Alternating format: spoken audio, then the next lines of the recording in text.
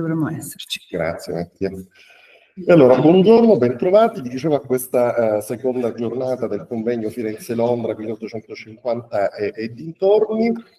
Coerentemente con quanto ci siamo proposti di fare, oggi in particolare affronteremo alcuni approfondimenti sui discorsi sull'arte italiana che sono maturati soprattutto nella cultura inglese di metà Ottocento, per verificare come se queste diverse forme di scrittura sull'arte, la pagina storiografica, l'appunto di lavoro, la testimonianza diaristica o vere e proprie insomma pagine di critica abbiano potuto meno orientare le scelte collezionistiche di cui insomma abbiamo parlato ieri, gli orientamenti del mercato, ma anche le politiche di conservazione che evidentemente risentono di un clima in cui queste azioni sono state di fatto poi operate.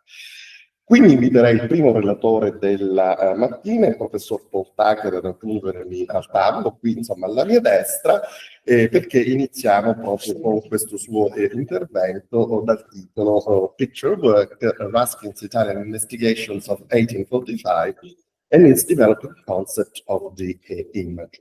Professor Tucker lo conosciamo bene, ha insegnato per tanti anni qui all'Università di Firenze storia della critica d'arte, occupandosi in particolar modo di collezionismo, storiografia, con un focus dedicato al XIX secolo in Gran Bretagna e in Italia. Ha, come sapete bene, lavorato a lungo su John Ruskin e a proposito insomma di questi suoi studi vorrei ricordare il recente volume pubblicato nel 2023, John Ruskin Guide to the Principal Pictures in the Academy of Fine Arts at Venice, e su questa stessa diciamo falsa riga nel 2019 la conferenza Art for the Nation, John Ruskin, Art, Education and Social Change, che è poi diventato un punto di riferimento nello studio dell'arte del XIX secolo, con particolare riferimento all'eredità di John Ruskin in Italia e non solo. A lui dunque cedo la parola, raccomandandogli, così come a tutti gli altri relatori della giornata, che l'indicazione è per una presentazione di 25 minuti, mezz'ora, quindi così per garantire un pari insomma sviluppo le presentazioni della mattinata e riservarci poi a fine giornata un momento di riflessione, di confronto fra tutti i relatori e il nostro pubblico. Prego. Grazie molte. Thank you very much for the invitation to take part in this conference. On the 4th of June, 1845, after his first full visit to the Church of Santa Croce that summer, an elated 26-year-old Ruskin wrote to his parents, "I have been quite nullified today at Santa Croce, such masses of fresco, Taddeo Gaddi and others, such abundant feasts of pictures half unknown to be sifted out. And finally, Giotto's large Last Supper, his very chef-d'oeuvre, where, should you think, on the wall of a carpet manufactory, once the refectory." Taddeo Gaddi cannot have been much more than a name to Ruskin at this date, though a prestigious one, enshrined as that of Giotto's foremost pupil in the histories of early Italian painting by Vasari, Lanzi, Kugler, and Riot, which he had read before coming to Italy or consulted while there. No paintings ascribed or attributed to Taddeo had yet entered the national collection. Indeed, no paintings of his period and school would do so for just over a decade, nor would any ever be acquired by London's other public picture gallery at Dulwich, close to the Ruskin family home. There is no evidence, moreover, that Ruskin previously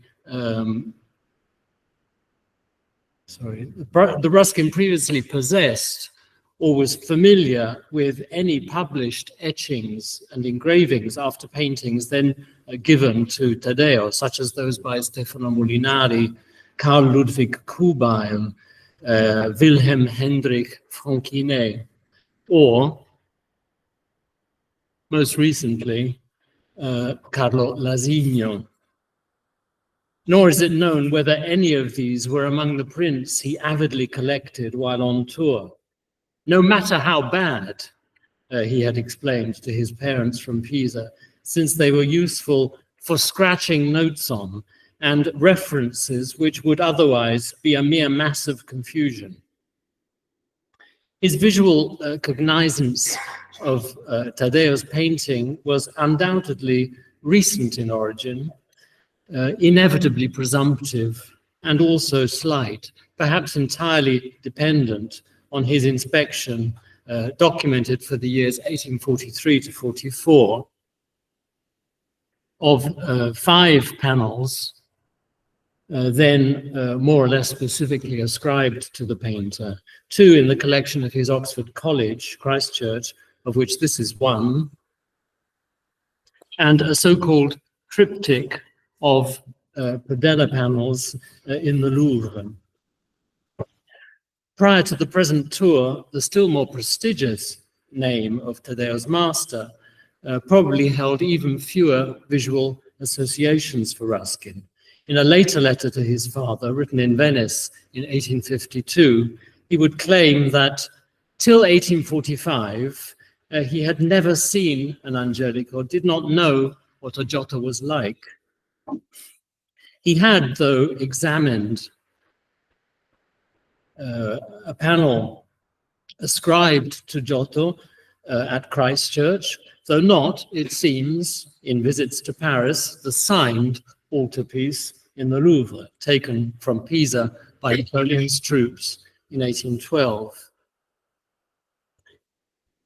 He may also have viewed in the home of Samuel Rogers the fresco fragment which in 1856, still ascribed to Giotto, would be sorry, I'm having difficulty. Would significantly enough, because of its ascription, be the National Gallery's very first Trecento acquisition. In June 1845, his notion of the pater may have been almost wholly dependent on his recent examination of the stories of Job in the Camposanto in Pisa, traditionally ascribed to him, a portion of which, partly from disgust at Lasigno's engravings, bought or seen in Pisa, he had carefully outlined in pencil. He does not seem to have known any other prints supposedly after Giotto, such as those by Thomas Patch, the plate by Camoin in the second volume of Monument des Arts du Dessin, 1829, or again those engraved by Lasigno himself for L'Etruria Pittrice, and as here, affreschi celebri del XIV e XV secolo, 1841. Indeed, the expression, his very chef-d'oeuvre, applied to the fresco of the Last Supper in the larger of the 2 refectories at Santa Croce, seems unlikely to articulate a judgment formed in advance of this visit and on the basis of Lasigno's engraving, or even following direct inspection of the fresco that very day. Rather, it seems preemptively to echo one found in a guide to the church by Filippo Moisè, just published in Florence, and systematically consulted by him. Un bellissimo cenacolo che dagli intelligenti è tenuto per una delle più meravigliose opere di Giotto. The knowing allusion to the Last Supper in the refectory and the throwaway references to Taddeo Gaddi and others, like the mock abashment of quite nullified, were no doubt intended to communicate capacity and resilience in pursuit of the purpose for which he had come out to Italy on this, his first independent tour on the continent, independent of his parents. What was that purpose, and how did he now go about pursuing it here in Santa Croce? What did the anticipated task of sifting out the pictures entail, and what part did it have in that purpose. I shall now attempt to answer these questions, focusing on the relevant portion of what, along with Ruskin's almost daily letters to his parents, was the main literary product of the tour, what he referred to as his résumé. Ruskin's purpose in coming to Italy that summer has received little consideration by biographers and commentators. They have tended to follow his accounts of the tour and neglect its intentionality as an event in favor of its unlooked-for significance as an experience. An early assessment of Ruskin's own is contained in the already cited letter to his father of 1852, in which he outlined the gains in artistic knowledge, critical and practical, separating him from his younger self across the divide of 1845. When I wrote the first volume of Modern Painters, I only understood about 1/3 of the subject. I knew nothing of the great Venetian colorists, nothing of the old religious painters. But in 1845 came a total change.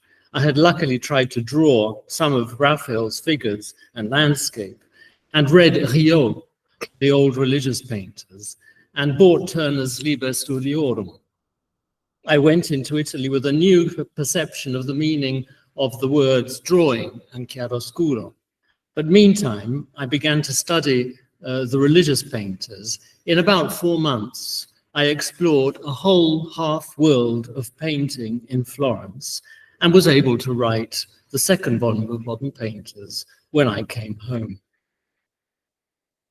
Yet the tour was not a fortuitous occurrence whose import came as a surprise to Ruskin himself, but rather the fulfillment of an intention motivated precisely in terms of needful pursuit of the ancient school of religious painting, which had been voiced in his correspondence as early as June 1843, just 1 month after the publication of the first volume of Modern Painters, and more than once the following year.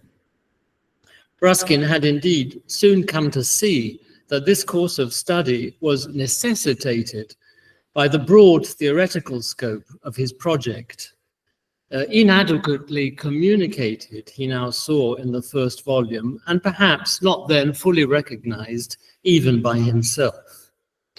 Not a completed treatise on modern landscape, he stressed in the preface to its second edition, published in 1844, the first volume represented one portion only of a work essentially concerned with divinely ordained principles of universal beauty, the phrase is Ruskin's, principles of universal beauty, and with those principles as underwriting what, in a letter of that same year to his Oxford tutor, the Reverend Osborne Gordon, he termed the universal system of nature as interpreted and rendered stable by art. His main purpose in writing to Gordon was to justify his decision to prefer the occupation of art critic to the ecclesiastical career others expected him to pursue. The critic, he argued, was called on to transmit and promote the love and knowledge of those universal principles and that system. And as emerges from a letter addressed around this time to another Oxford mentor, the Reverend H.G. Liddell, he now viewed the specific critical task in hand as relating not more to Turner than to that pure old art which I have at last learned to love. Before going on to look more closely at the resume, I should briefly explain what is meant by the term. Early in the tour, Ruskin used it in letters to his parents to refer to the review or digest of artworks he entered into a notebook which he carried with him on visits to churches and galleries. Resume will here be used to refer not to the contents of that notebook, unfortunately lost, but to the text compiled from it and transcribed into two bound volumes, for the most part by Ruskin's manservant, John Hobbs, and probably from a third text, especially prepared for Hobbs by Ruskin, and unfortunately also now lost. Comparison between the sequence in which the artworks are commented on in the resume and the somewhat erratic course of investigation reported in his letters home shows that from the start, compiling the manuscript must have involved a considerable amount of editing, if only to organize it by location. This editing process seems gradually to have complicated, thanks in part to the unforeseen multiplication of Ruskin's objects of study.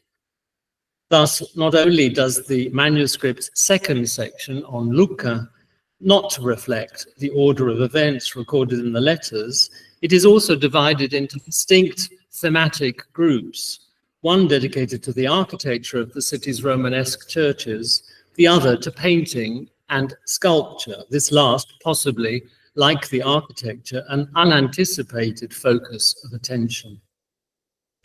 This division, less strictly applied in the subsequent section on Pisa, is abandoned in that on Florence, the longest of all, and mainly given over to the notice of paintings.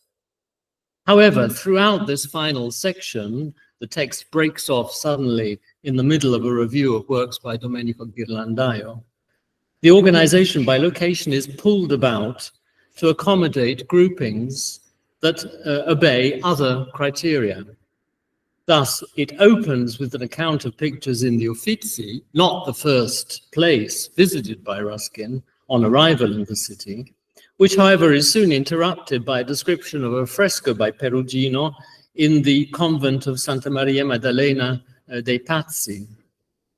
If the resume then returns to the Uffizi, it is to comment on a work there by the same painter, Perugino, after which it considers yet another work by Perugino in the Palazzo degli Albizzi. Even the section on Santa Croce, one of the most extensive in the resume, though largely devoted to paintings housed in church and convent, opens with an overview of the church's Gothic and has nested within it an excursus on the Giottesque crucifixes seen by Ruskin here and elsewhere in Florence, and a brief but wide-ranging discussion of Italian stained glass, which takes in not only the Florentine churches of Santa Croce itself, the Duomo and Santa Maria Novella, but also San Francesco in Pisa, the French cathedrals of Chartres and Auxerre, and even St. Paul's in London. The section on Santa Croce also documents the evolving relation between the resume and the original notes, for these have now acquired a degree of autonomy with respect to the reworked text, which frequently refers back to the notebook for details and references, and particular references. What evidence does the resume afford of the process of sifting out to which Ruskin now painstakingly subjected the contents of Santa Croce? It shows the process to have been a complex one, involving various modes of discrimination. These may usefully be distinguished in terms of the different questions the resume implicitly asks of the objects under observation. I will now attempt so to distinguish them, illustrating each with examples from the text. It must be borne in mind, however, that the modes, the different modes, are indeed distinct, but interrelated, inasmuch as they concern diverse kinds of individuality in the objects under observation.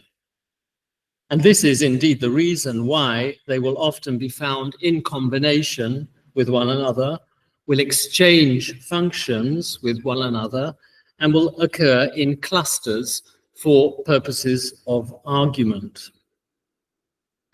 Ruskin's art investigations are first, though not foremost, investigations of particular places or spaces. hence the ordering by location. A preliminary implicit question is thus asked of the particular space, building, gallery, room, church, chapel, to be explored. What is there here? The question, however, always presupposes inquiry as to value and must be understood as meaning, what is there here worth noticing?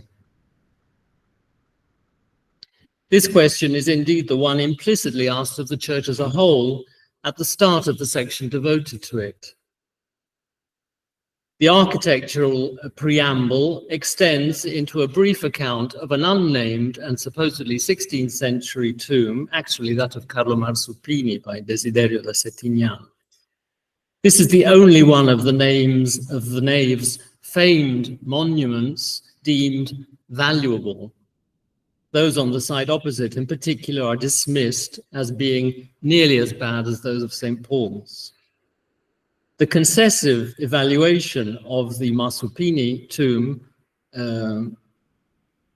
is, however, immediately overruled by one that categorically establishes, by locating, Ruskin's primary object of study, the choir, side chapels, and transepts.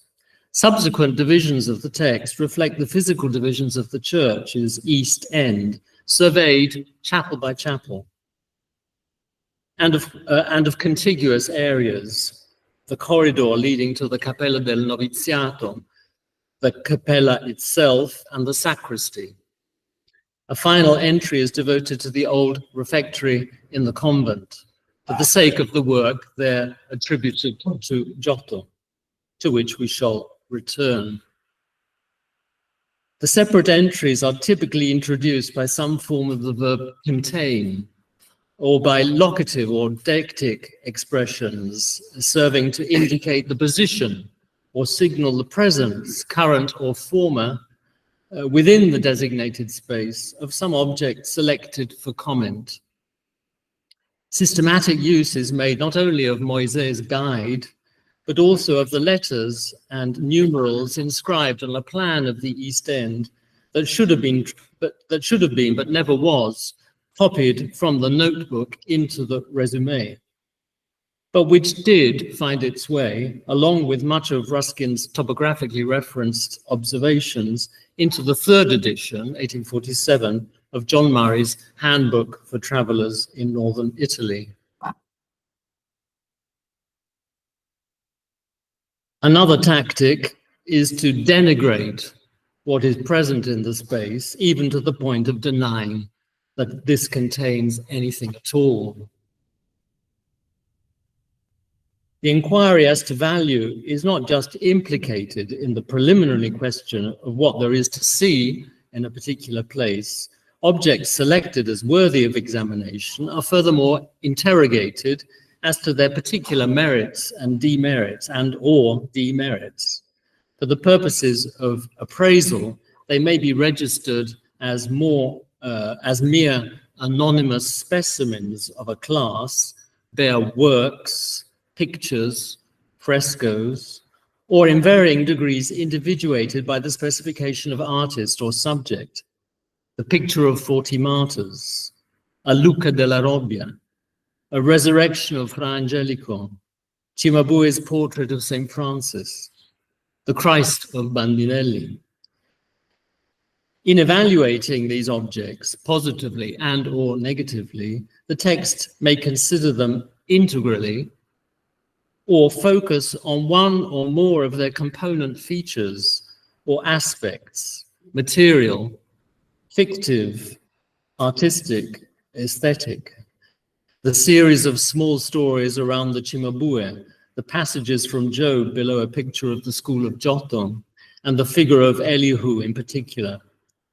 The patterns, figures, faces, and colors of the stained glass in the choir, the legs of the model, and the conception of the Bandinelli, the flock of sheep, and one little ram in particular in Taddeo's fresco of the angel appearing to Joachim, the face and the mouth of Christ in the crucifix of Margheritone, The relative value of these objects and their parts are gauged in respect of criteria of varying degrees of specificity.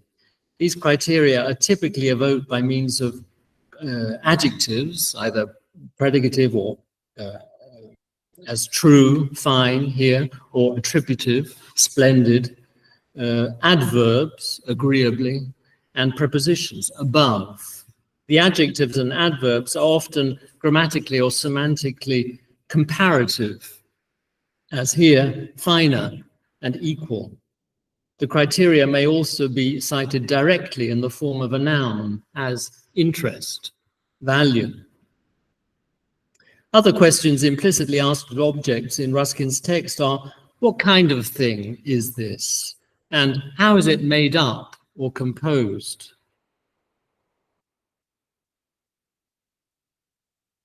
In the relevant answers, respectively assign an object to some class, as here that of imitations of Giotto, derivatives, and mystical subjects, or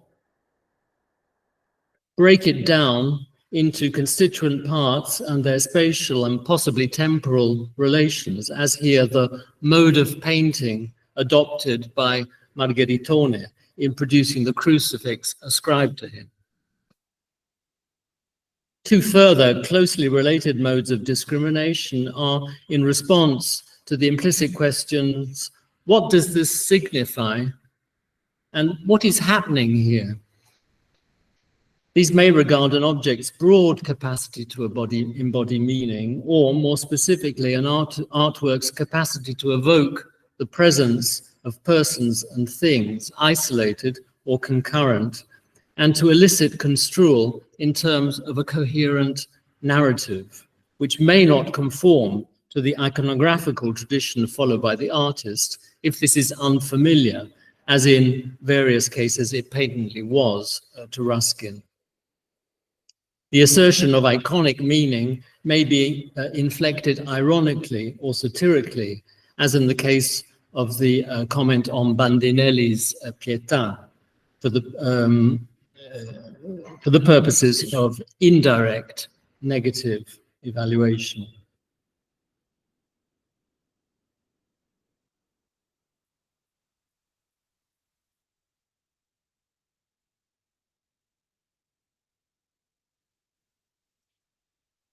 I'm not sure.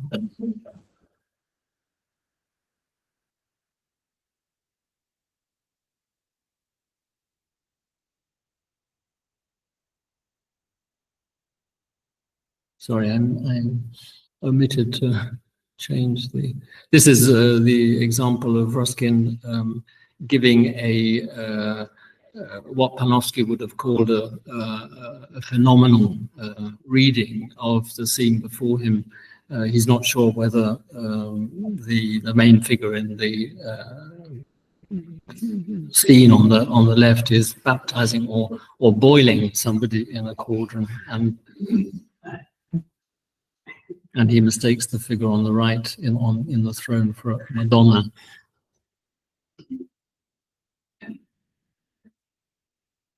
Right.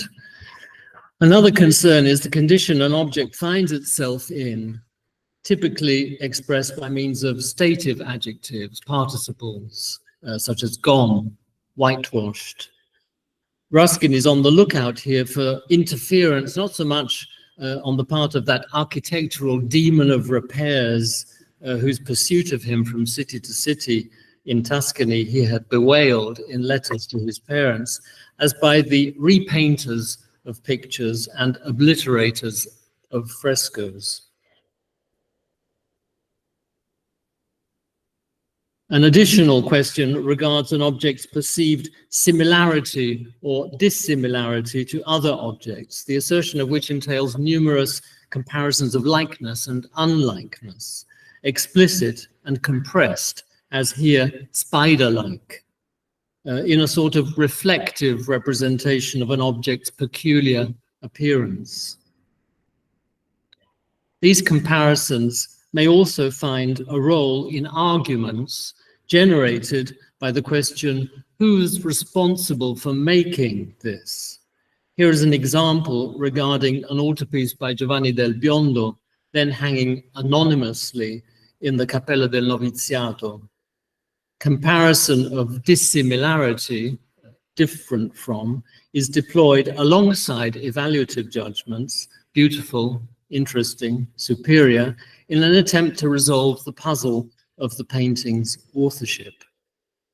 This question of authorship was one of unforeseen complexity and urgency.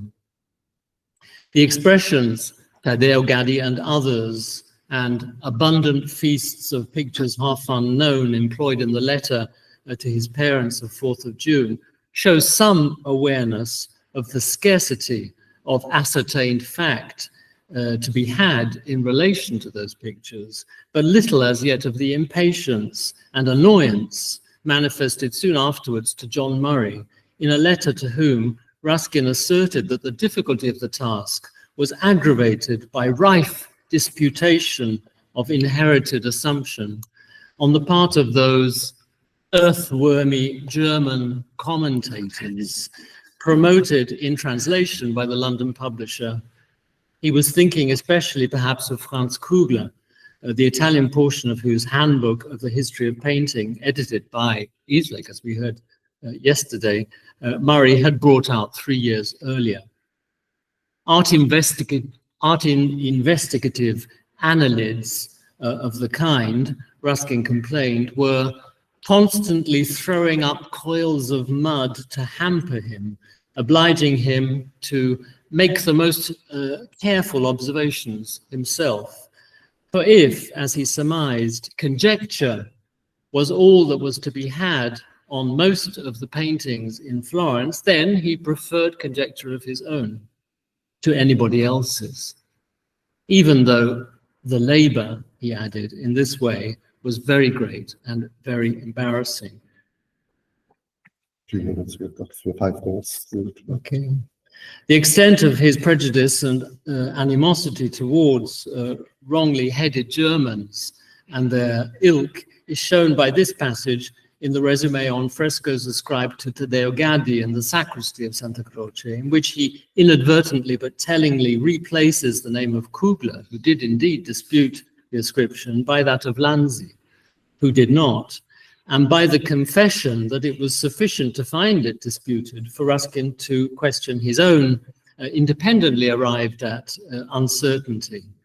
He was indeed jealous of his own conjecture to the point not just of resisting that of others, but of combating it.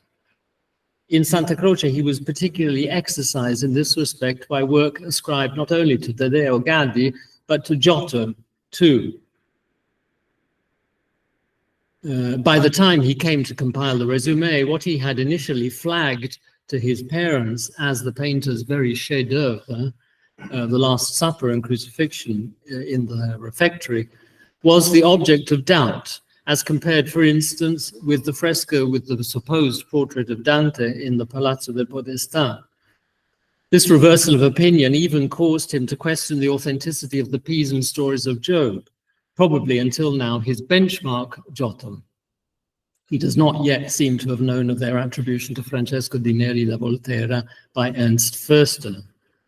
It is perhaps a testimony to the critical acuity he could sometimes show that by the time he came to compile the section in the resume on the Accademia, Ruskin could speak of the Camposanto hand in connection with the dismantled Santa Croce sacristy cupboard panels, then still uncontroversially ascribed to Giotto, but now, like the stories of Job and the frescoes in the Santa Croce refectory, given or restored to Taddeo.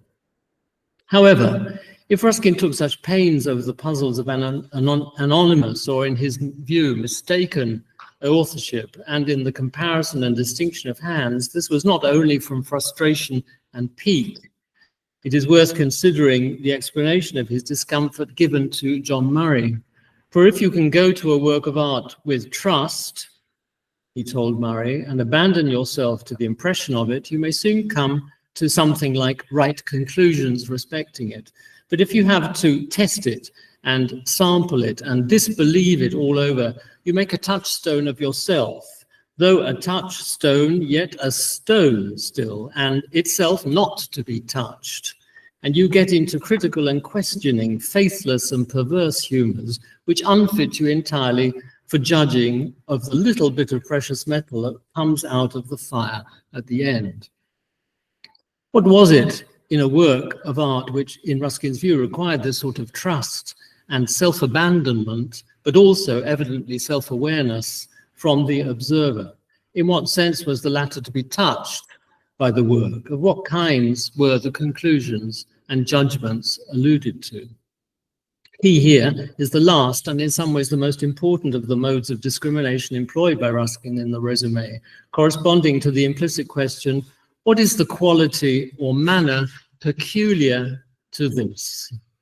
The inquiry as to character may imply the inquiry as to value, but it is distinct from it. Its primary aim is not to position an object on a scale of value, not to declare it better or worse than another in the sense conferred by the scale chosen, but to express its essential difference from that other. The aim is to represent it as an affecting, almost personal presence, a perceptual or quasi-moral phenomenon manifesting in the eyes of the responsive observer a peculiar past, tone, or disposition, an innate tendency, as it were, to exhibit itself in some particular way.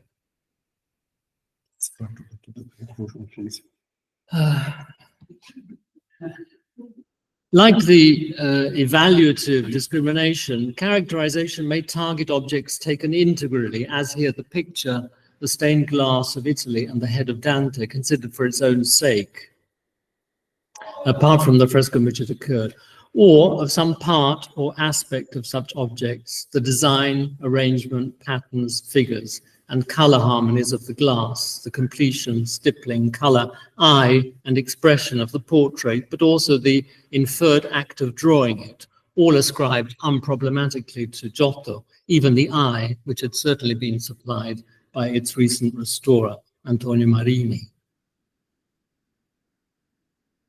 Characterizations are expressed by means of adjectives, predicative and attributive, including the compressed comparison of likeness, tuccio-like, adverbs and adverbials of manner, including here the intensifier deeply, which is redolent of manner, and the prepositional phrases with goodness, far, with love, with the greatest delicacy, and nouns.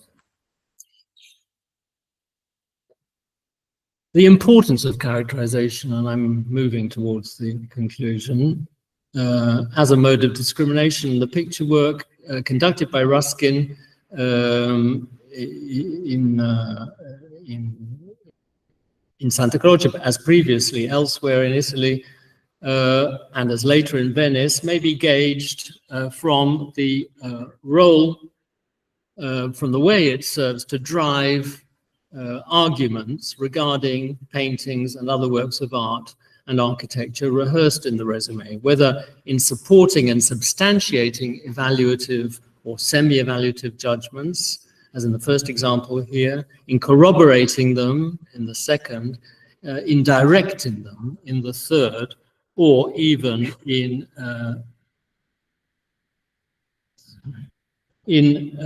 quasi-independence of them, as in this comparison of Giottino and Giotto, in which the superiority of the latter is not explicitly asserted, but vividly, sorry, this one, vividly evidenced in terms of character and imaginative effect.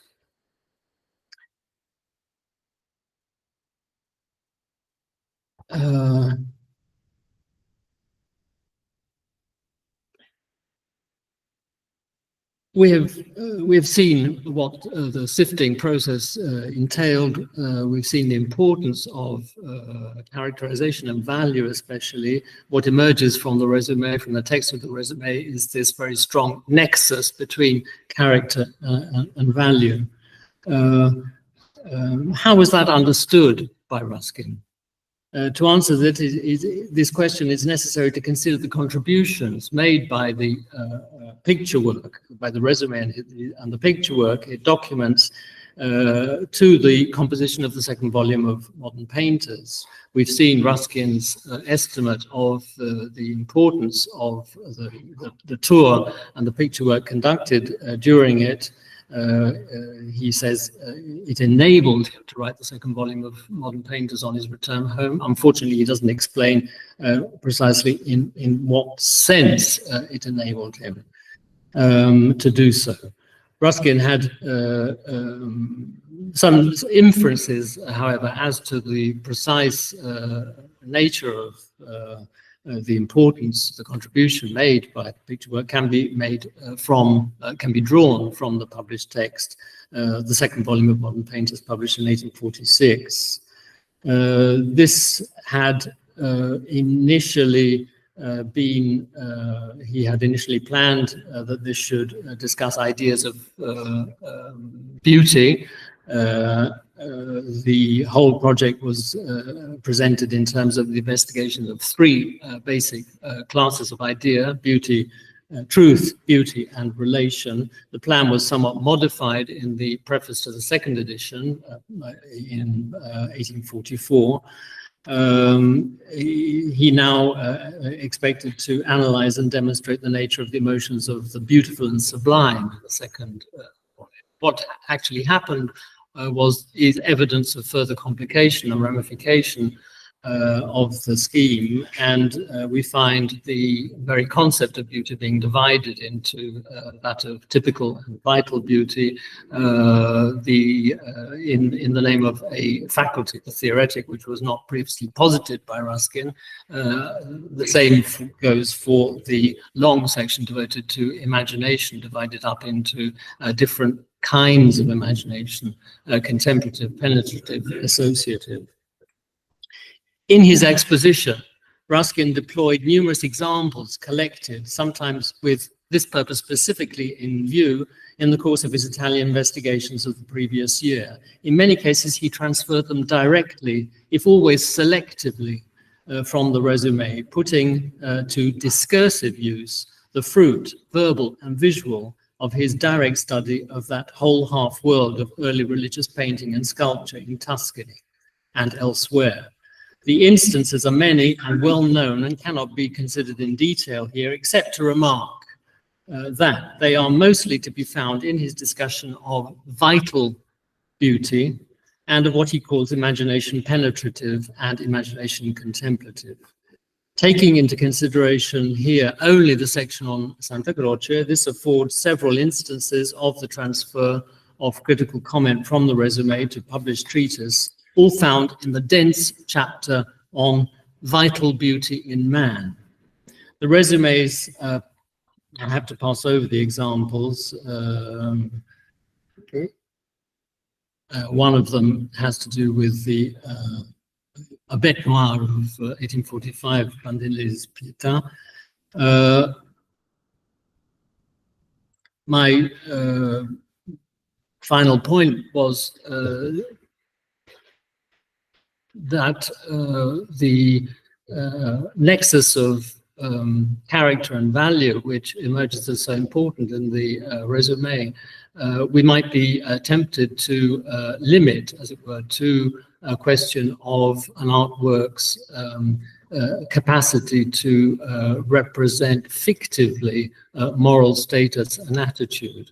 I've tried to show that the discussion of typical beauty, not vital beauty, but typical beauty, material loveliness, the universal system of material loveliness, depends more diffusely, less precisely, but more diffusely on many points of many comments which focus not so much on the fictive, or as Peirce would have called them, iconic elements in the artwork, but on the formative and concretely formative elements, such as line, color, light, shade. And this I want to bring into connection with a general development of Ruskin's concept of the image, which divesting itself of the theological infrastructure of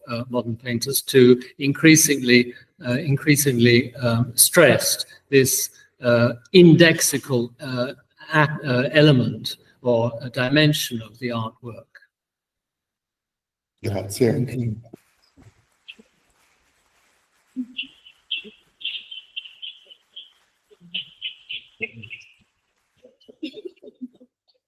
Bene, ringraziamo il professor Sagas per questa sua, diciamo, presentazione ricca di sollecitazioni testuali, insieme visive, documentali e letterarie, su cui poi avremo modo di tornare dopo. Tratteniamo intanto questi suoi modes of discrimination che mi sembrano, insomma, centrali per definire poi il sistema di valori che governa tanto la scrittura critica di Ruskin quanto poi anche l'elaborazione, il suo giudizio, insieme estetico e morale. Chiamo Julie Sheldon al tavolo della nostra conference. Julie Sheldon è professore di storia dell'arte alla Liverpool John Moores University, dove è anche, ce l'ho raccontata prima, Dean of the Doctoral Academy.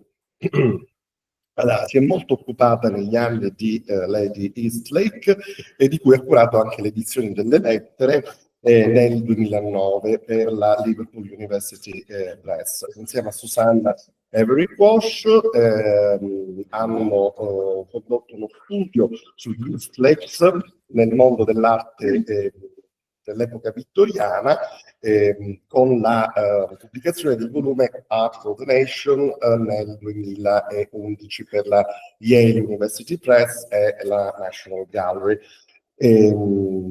Julie Sheldon è inoltre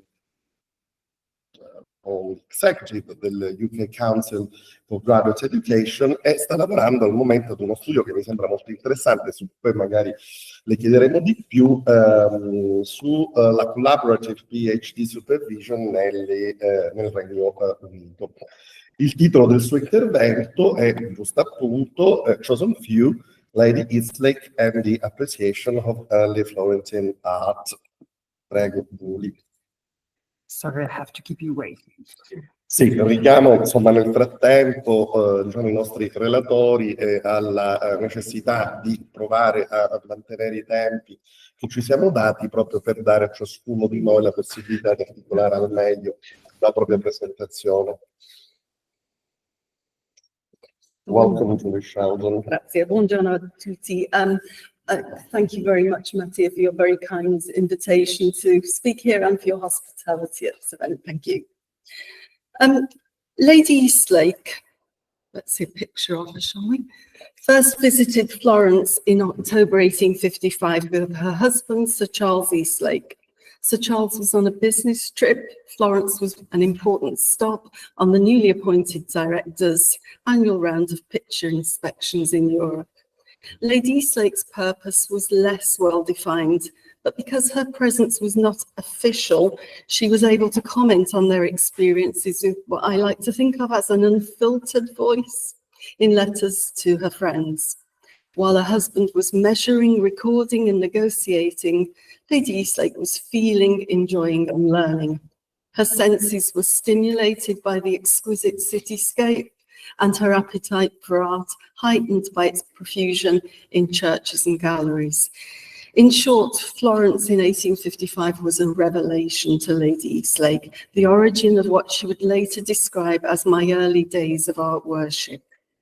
In a semi-rapturous state, she wrote a letter to her mother declaring that I am fairly bitten with all the true pre-Raphaelites, and I shall be truly proud if we succeed both in rescuing some examples and in introducing them into England, where there are already a chosen few who adore them. In this paper, I want to look at how this internalized epiphany worked its way into a public intellectual position.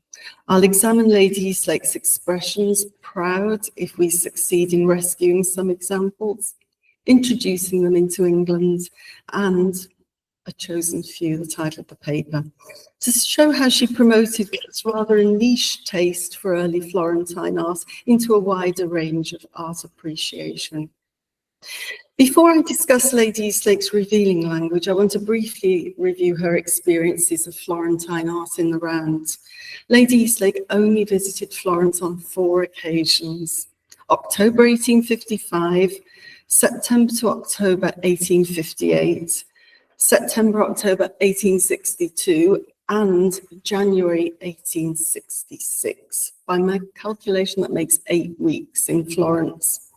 We might even discount the 1866 visit because she was only here to bury her husband temporarily, as it turned out, in the Protestant cemetery, where I think he was interred about 2 weeks, Susanna, in Florence. So probably 7 weeks of art worship.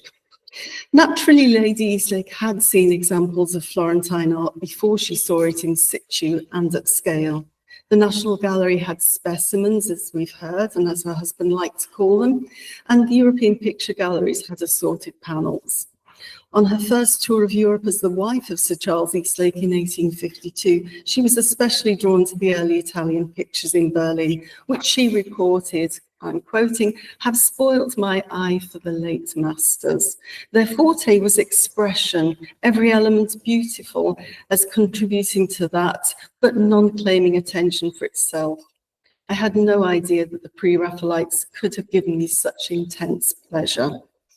Her intense pleasure in the art of the Quattrocentisti was given added dimension on their 1854 tour of North Italy, where she reported the different schools of painters which are now clustered in North Italy: Milanese, Bergamese, Brescian, Paduan, and Venetian, are now getting disentangled in my mind, and I begin to know their differences and affinities. So not the comments of a connoisseur, the comments, I think, of somebody who's learning about art in an incremental fashion.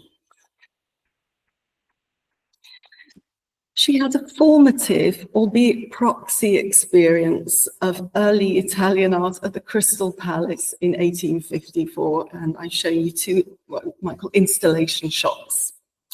The original glass structure that had been built for the famous 1851 World Fair was reassembled in South London as an exhibition venue. The Crystal Palace was divided into a series of courts that recreated European and Middle Eastern architectural beacons, along with casts after famous sculptures. Lady Eastlake was very taken with the Italian court and the Renaissance court. In the former, a replica of the upper arcade of the Farnese Palace, Michelangelo's tomb of Lorenzo de' Medici, and sculptures by Bernini jostled for the viewer's attention. There were also 132 very reduced watercolor copies of works of old masters, 17 of which were labeled Florentine School. But it was the sculpture, surprisingly, that gave Lady Eastlake the most pleasure. In a letter to John Ruskin's wife, Effie, her great friend Euphemia Ruskin, she wrote, "I do not hesitate to say that this is the most enchanting place that has ever been devised by man. There are pleasures for all, but to me the Italian court was like going to Italy. I saw much sculpture from Genoa and Pavia and Florence, as gave me the same sensations of intellectual delight as a first-rate picture gallery." Note her phrase, sensations of intellectual delight, for her pleasures were never articulated as purely sensuous. The intellectual titillation that she experienced at the Italian court was matched by the adjacent Renaissance court, which you see here. We're fortunate that Lady Eastlake also set out her reactions in a long piece about the exhibition for the Quarterly Review, published in 1855. Again, it was the sculpture that grabbed her attention. And I want to read a few quotes from the article. "The fact that sculpture was as much the art of the 15th century as painting of the 16th century has not been admitted into the average standard of knowledge of art. Nor was it to be wondered at, while nothing short of a journey to Italy itself could now, until now, introduce us to men such as Donatello and Luca della Robbia, nor in any way show their connection with the standards of high art in painting. This is revealing, I think. Lady Eastlake's presumably above average standard of the knowledge of art allowed her to reflect on the slip between sculpture and painting in their separate journeys towards the standards of high art. The marvel, rather, is how the feeling which inspired Donatello, born in 1383, should not sooner have been followed by the feeling which inspired Raphael, born 1483.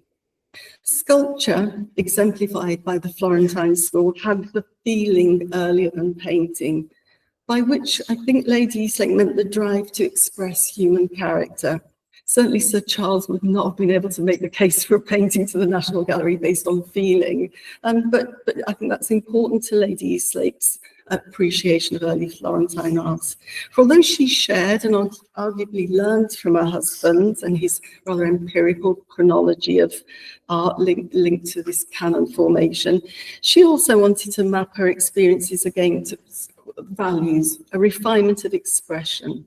So her imprecise term feeling links her view to sculpture that's got a relative freedom, she says, to pursue that ease of movement and grouping which constitutes the picturesque.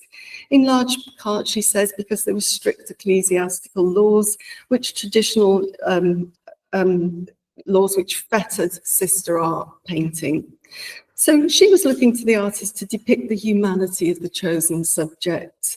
Her description of Luca della Robbia's Cantoria sums up the freedoms that led for her to this expressive surge towards forwards in the plastic arts ahead of the pictorial. So I quote, this is a cast in the V&A of the Cantoria, which is not obviously the one that was shown at the Crystal Palace. I don't think that exists anymore.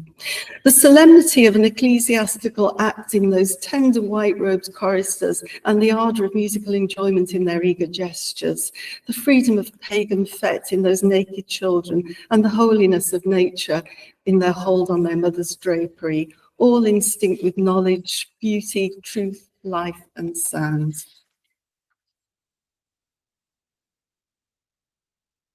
So Charles Eastlake had a growing private art collection, which Susanna has ably discussed at length, and it included a Luca della Robbia plaque of the Virgin and Child, present whereabouts unknown, and another relief that he believed to be a Ghiberti seen here. Their attribution to Ghiberti is interesting because it's Ghiberti that, and her experience of seeing the cast of the doors of the baptistry that caused her to reflect. When we look at the ease and grace of Ghiberti's forms and groups and consider that he was earlier than Fra Filippo Lippi, earlier than Masaccio, earlier even than Fiesoli, almost 3/4 of a century earlier than that grand unformed titan, Sandro Botticelli, one is tempted to conclude that all colour must have been an obstruction to art and not an assistance. Figures move and walk with ease in Ghiberti, which stands still and that stiffly in many a painter later than himself. I'll leave the arguments about colour as an obstruction. That forms broader debates about polychromy. But I do want to pick up on Lady Eastlake's distinction between ease and stiffness as a marker of the struggle for the same reality. The Florentine artists, in her view, were united in a common struggle, but the medium was taking them at different speeds. There were fetters on painting that allowed sculpture to lead in the standards race, but the fact that she was able to pair Botticelli, that grand unformed titan, with Ghiberti, despite their temporal separation, I think is very relevant, as I hope to show. She valued ease and grace of both Ghiberti and Botticelli's figures, because she saw the human figure as the principal carrier of meaning, even in the treatment of divine subjects. One of Lady Eastlake's assumed roles as a travelling companion to Sir Charles appeared to be as a voluntary copyist. She'd always sketched avidly as a youth and continued to make topographical drawings. Alas, there are no surviving examples of the drawings in Florence. I feel sure she would have drawn the palaces and the Ponte Vecchio, but nothing survives.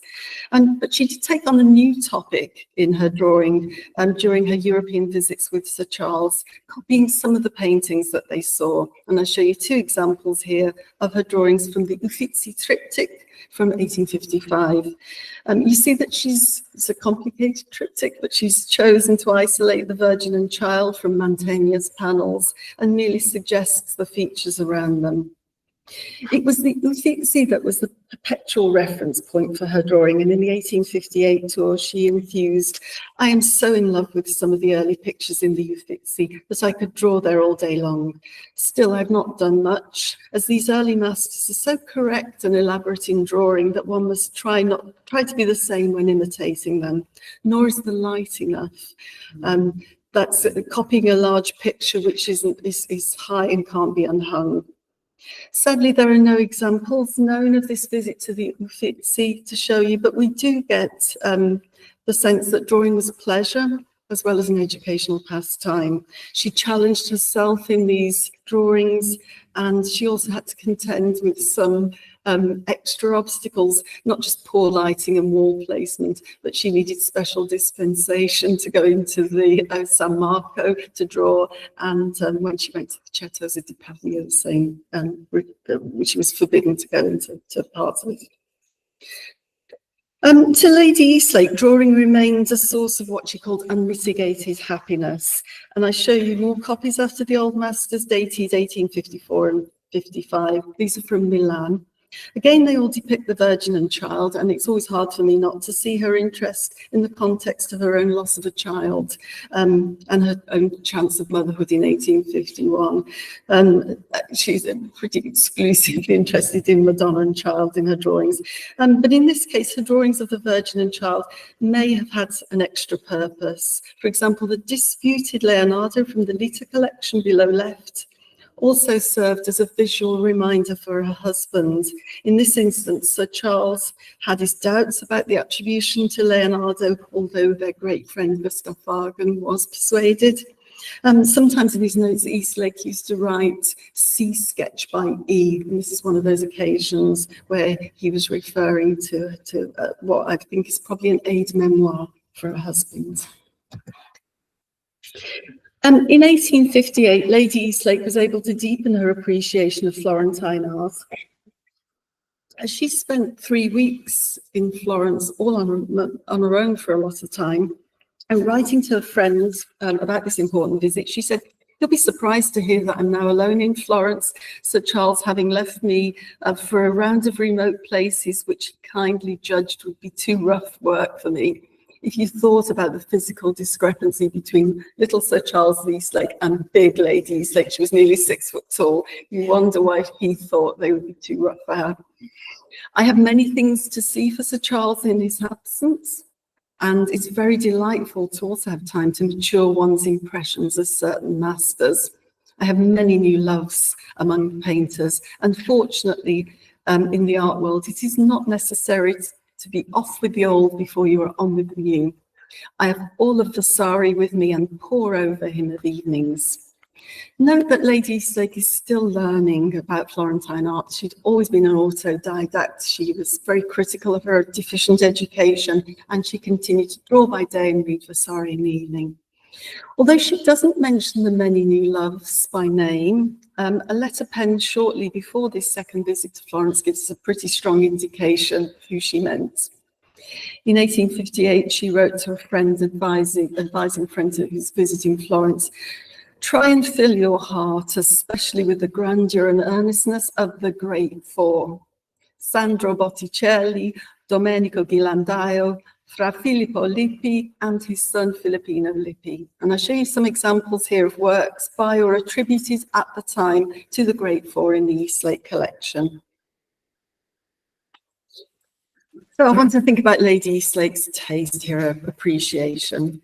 Her sense that her predilection for early Florentine art was restricted to a chosen few wasn't groundless. And I can't resist quoting Théophile Gautier here, and I apologise for all you know this, but he memorably dismissed the taste for early Italian art. You must be mad or German to prefer the gaunt cutouts of Ghirlandaio to Correggio's, Diana's and Leda's.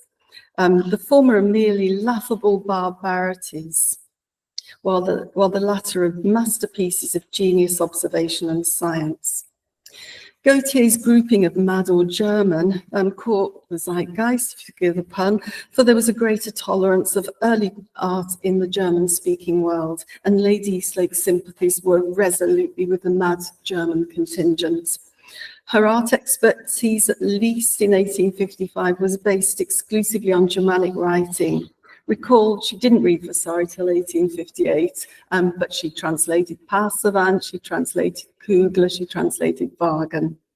As another British art historian, Caroline Palmer, has written, it was her expertise linguistically and key friendships that enabled her to contribute so imaginatively to this 19th century transformation in taste. So the transformation in taste is illustrated here with two comic popular readings. The left shows a cartoon from Punch of 1848, which exaggerates the features of the medieval-esque and the Michelangelo-esque. Note it's the Fra Angelica-esque, to illustrate how applicants to the Royal Academy exhibition might hedge their bets and go either Angelico-Pugin or Michelangelo-esque.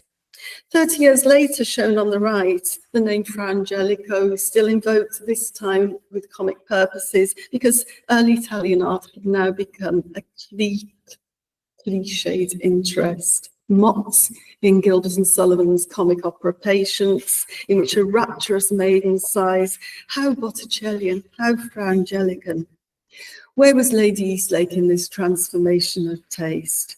Prominent commentators, John Steegman, Francis Haskell, place her at the vanguard of well-informed taste, with a readiness to appreciate what was beyond the average range of approval. And she was certainly an early adopter of Botticelli, even though John Ruskin and Walter Payton would later claim bragging rights. I've always thought that Michael Levy, director of the National Gallery in the 1970s and 80s, in writing about Botticelli's reception in Victorian England, was a bit unfair to Lady Eastlake. He said she's almost suspiciously a la mode in such things, but also as though she was Gilbert and Sullivan. I think her interest in Botticelli was prescient, but I don't think it was motivated by any conscious desire to be a la mode. So Lady Eastlake was an Orthodox church woman. I think we have to now recognise this is a Protestant Church of England woman looking at Renaissance works. And for her, high Renaissance works were unspeakably vulgar. Visiting St. Peter's in 1858, she thought it represented art at its lowest vulgarity. Bernini was the prince of degeneracy. On the Sistine Chapel, she wrote, the ceiling has a grandeur, but the Last Judgment is a daub.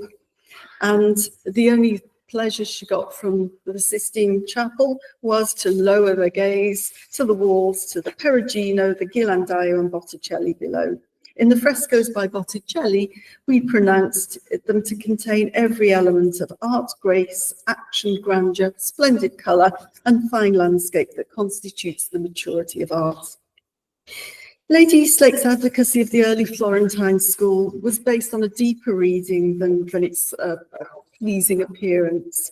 In 1864, she published The History of Our Lord, a book she co-authored posthumously with Anna Jameson, and she worked on that for 4 years.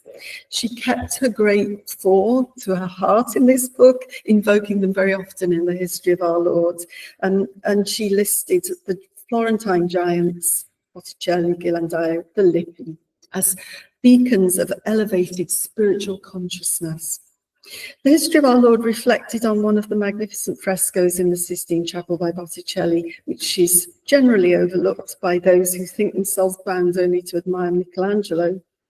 Those who appreciate that other great titan in art will find much to admire in the grand conception of Jethro's daughters and the pastoral beauty of the scene. Lady Eastlake admired Botticelli's understated treatment of biblical subjects, for example, berating other artists for treating the Pietà scene here to a most unseemly frenzy. Botticelli, that painter of titanic forms, how many times can she say Titanic, and normal emotions, has left one of the most passionate conceptions of the subject that exist. I think Lady Eastlake summarised the difference between early and high Renaissance. Mature art, she says, overlooks the capacities of a subject and frequently employs its better technical skill to degrade rather than raise it. Early art, however, limited in its conditions, has always the vindication of a close adherence to scripture. For her, a close adherence to scripture meant treating it with decorum, and she judged that the early Florentine artists delivered devout but restrained renditions of biblical subjects, even in the telling of most graphic brutality and suffering. For example, she praised Fra Angelico, writing that he stands foremost in beauty of feeling and treats his subjects with the most reverential reality. In Botticelli's Lamentation, she praised the way that grief here only beautifies those faces. Such is its tremendous truth that we care not how it distorts them. Up to this point, I presented Lady Eastlake as the wife of the director of the National Gallery, but I want to remind us that she was also the wife of the president of the Royal Academy. She was literally and figuratively wedded to the cause of improving the National School of Painting. And the mission of Eastlake, as we saw yesterday, was to collect beacons for the students at the Royal Academy. The Eastlakes had their differences. We saw Eastlake lean to the Venetian, she to the Florentine. But for her, the early Florentine artists were the lodestars for a National School of Painting. In the Crystal Palace review, I find one of the most remarkable things she ever says in this article about the educational mission of the Crystal Palace. Whether we ever intended, we meaning English people, for a great creative people in the way of art is a question that does not belong here. But meanwhile, the great old masters are fulfilling their boundless mission to a people they know not of. And it's not too much to say that Raphael and Titian are ours by right, of a far higher worship and more intelligent knowledge than they ever found in their fellow countrymen. And I cannot believe I'm saying that in Florence. This startling claim that the great old masters were ours by right brings us back to Lady Eastlake's letter of 1855 when she talks about rescuing some examples. In the sense they're specimens, you could think of that. They're also examples that need rescuing in the Eastlake's view. She wrote to a friend when she was in Florence, we saw precious things perishing, which the government won't save themselves and yet won't allow others to rescue. With our tastes now stimulated for the great old Florentines, it's doubly hard that it should be so difficult to rescue them. Lady Eastlake believed, again, I'm really sorry for this next sentence, that modern Florentines are so degenerate that they think more of a Carlo Dolci than they do of their really great masters. Harsh. But Lady Eastlake was by Eastlake's side during the negotiations and deliberations for potential purchases. And I think she sometimes amplifies his feelings in her own unfiltered reactions. She couldn't resist trying to help out sometimes. In 1855, as you know, Eastlake was refused an export license for the Ghirlandaio, and didn't stop Lady Eastlake going to see Count Buonarroti. And she said, I went to see good old Count Buonarroti, who kindly said he'd do his best in the purchase of the Ghirlandaio. Note the first person singular, we appreciate this. I went to see Count Buonarroti.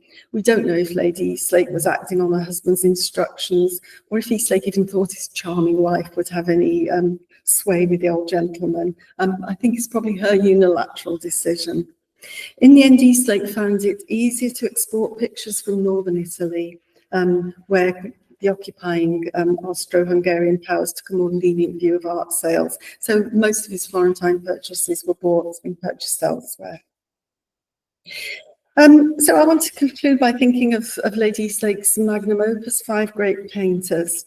Her appreciation of Florentine art was, as I hope to have shown, grounded in its refinement of feeling. Five Great Painters was Lady Eastlake's first solo authored book to be published in her own name. She published lots of books anonymously. She was almost 74 years old, I think, and this photograph was taken in Venice in 1876, so I think it's pretty close. She was offering her mature and decisive thoughts on Leonardo, Raphael, Michelangelo, Titian and Dürer. None of the great four were in Five Great Painters. In fact, Michelangelo, she already thought he did dawns, but he was definitely outside her scope of interest in the 1850s. He's now a Five Great Painter. She always admired Raphael, whose Sistine Madonna in Dresden she thought was the most beautiful picture in the world. But Five Great Painters was not a handbook of paintings. Instead, it was a book about value based on human character and the character of the artist. In a highly moralizing account of art, she emphasized each artist's struggle with human corruption in the exercise of what she called genuine individual character. Reviving her formulations for the Great Four, the Great Five, Lady Eastlake zoomed in on the life and works of a single artist with a form of homegrown empirical Protestantism, which highlighted how the innovative artist found grace in the natural world through the observation of human character and human relations. To conclude then, Lady Eastlake was not the only vector for the appreciation of early Florentine art in the English reading world, and I wouldn't want to leave that impression, but she was an early adopter, prefiguring more fashionable aesthetic interests in the 1870s beyond. As I hope to have shown, Lady Eastlake did not make early art fashionable, but she did lay out terms on which the public might appreciate it. She was especially persuasive to more orthodox Protestant tastes, for whom Catholic imagery was generally unpalatable. And by asserting the value of scriptural adherence, coupled with an appreciation of early Florentine figure painting, she shifted the public attention away from what might be called formulaic religious productions by picturing the humanity of the depicted situation. Thank you.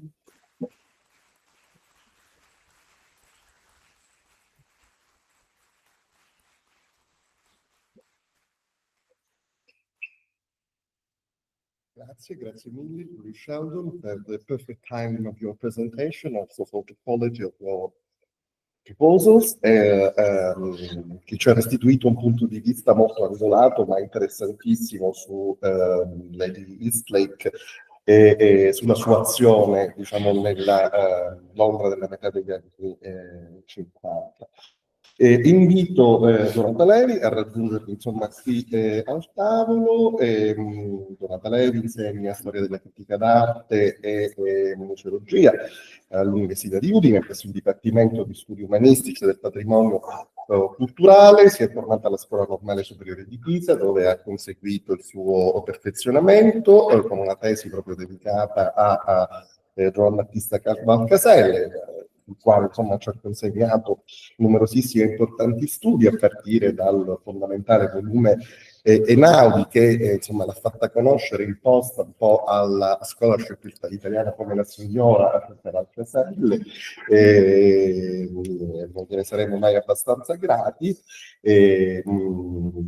Ha avuto insomma negli anni qualificate importanti esperienze di ricerca a livello internazionale, non ultimo come Getty Research Scholar a Los Angeles, a partire dai primi anni 90, e mi piace ricordare insomma in questa sede anche il suo impegno dal 2002 come presidente dell'Associazione Patrimonio SOS e poi nel importante insomma testimone raccolto dal 2016 come presidente della Fondazione Memo Fonte Onlus di Firenze. È membro del Consiglio Scientifico delle Gallerie degli Uffizi, anche del Consiglio Superiore dei Beni Culturali, non più per fortuna, diciamo, di questi tempi, aggiungerei, molto complicati, e ci presenta oggi una relazione dal titolo Stimolature da un archivio perduto, le carte Spence, riprendendo studi che l'hanno vista, insomma, impegnata qualche anno fa,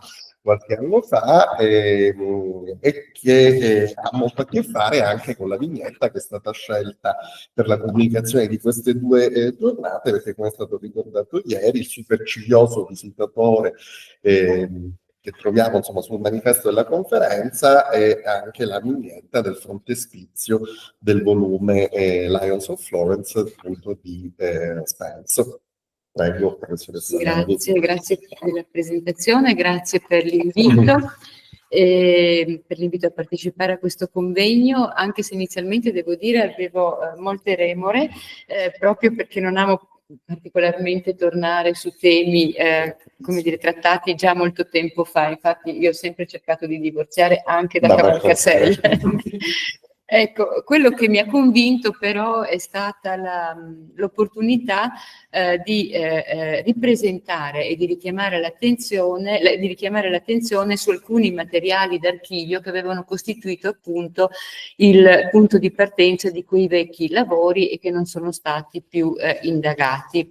I vecchi lavori sono, cito un attimo per ricordare, anche perché non vorrei poi ripetere esattamente quello che appunto avevo trattato allora. Questi vecchi lavori erano un paio di contributi proprio su William Blundell Spence, l'autore dei Lions of Florence, che lo vediamo qui in un ritratto ora perduto, forse attribuibile appunto a George Frederick Watts, un altro tra l'altro di Alfred Stevens e invece alla Tate Gallery. Ecco, uno dei contributi appunto riguardavano in particolare proprio i Lions of Florence, ed era stato pubblicato su un volume intitolato Studi di collezionismo e storiografia a Firenze tra il 1820 e il 1920, e l'altro invece metteva un po' a confronto le esperienze anche di viaggio o di conoscenza del mondo fiorentino da parte di Spence, Cavalcaselle e Ruskin. Erano un po' un corollario questi due contributi, devo dire, a due importanti articoli che aveva pubblicato nel 1979 John Fleming sul Barrington Magazine, cioè Art Dealing and the Risorgimento. Certamente due articoli che avevano riportato l'attenzione su questo personaggio Spence, quasi del tutto dimenticato, ma inauguravano anche questi, li considero un po' come dire degli articoli veramente fondamentali, perché inauguravano un interesse per il mercato artistico fiorentino e toscano che poi ha dato numerosi frutti. L'archivio da cui ero partita per indagare in particolare la figura di Spence come autore dei Lions of Florence era quello conservato presso la Marchesa, negli anni '80, presso la Marchesa Guglielmina Lotteringhi della Stufa. Nata nel 1905 e vedova del conte Carlo Sebregondi. Perché stavano nella famiglia Lotteringhi della Stufa? Perché la figlia di Spence, Flavia, aveva sposato nel 1860 un Girolamo Lotteringhi della Stufa, e quindi la nipote, evidentemente Guglielmina, aveva ereditato le carte della famiglia Spence, che ancora nel 1904 risultano in mano del figlio di Spence, William Campbell, appunto il proprietario anche di questo ritratto, William Campbell, detto Mino, che vediamo qui. Qui sono i Lions, appunto, che vengono appunto Flavia Spence che sposa un Lotteringhi della Stufa, e invece William Campbell, di cui sono riuscita. Scusa, ho sbagliato io all'impostazione, mi dispiace per questa piccola interruzione. No, io non vedevo. Seguivo la Cosa era successo? Colpa mia. Ci mancava la condivisione dal remoto. No, ho condiviso una finestra, quindi il PowerPoint non girava da casa. Vabbè, tanto erano le prime due. Chiedo scusa per la presentazione dalla corrente.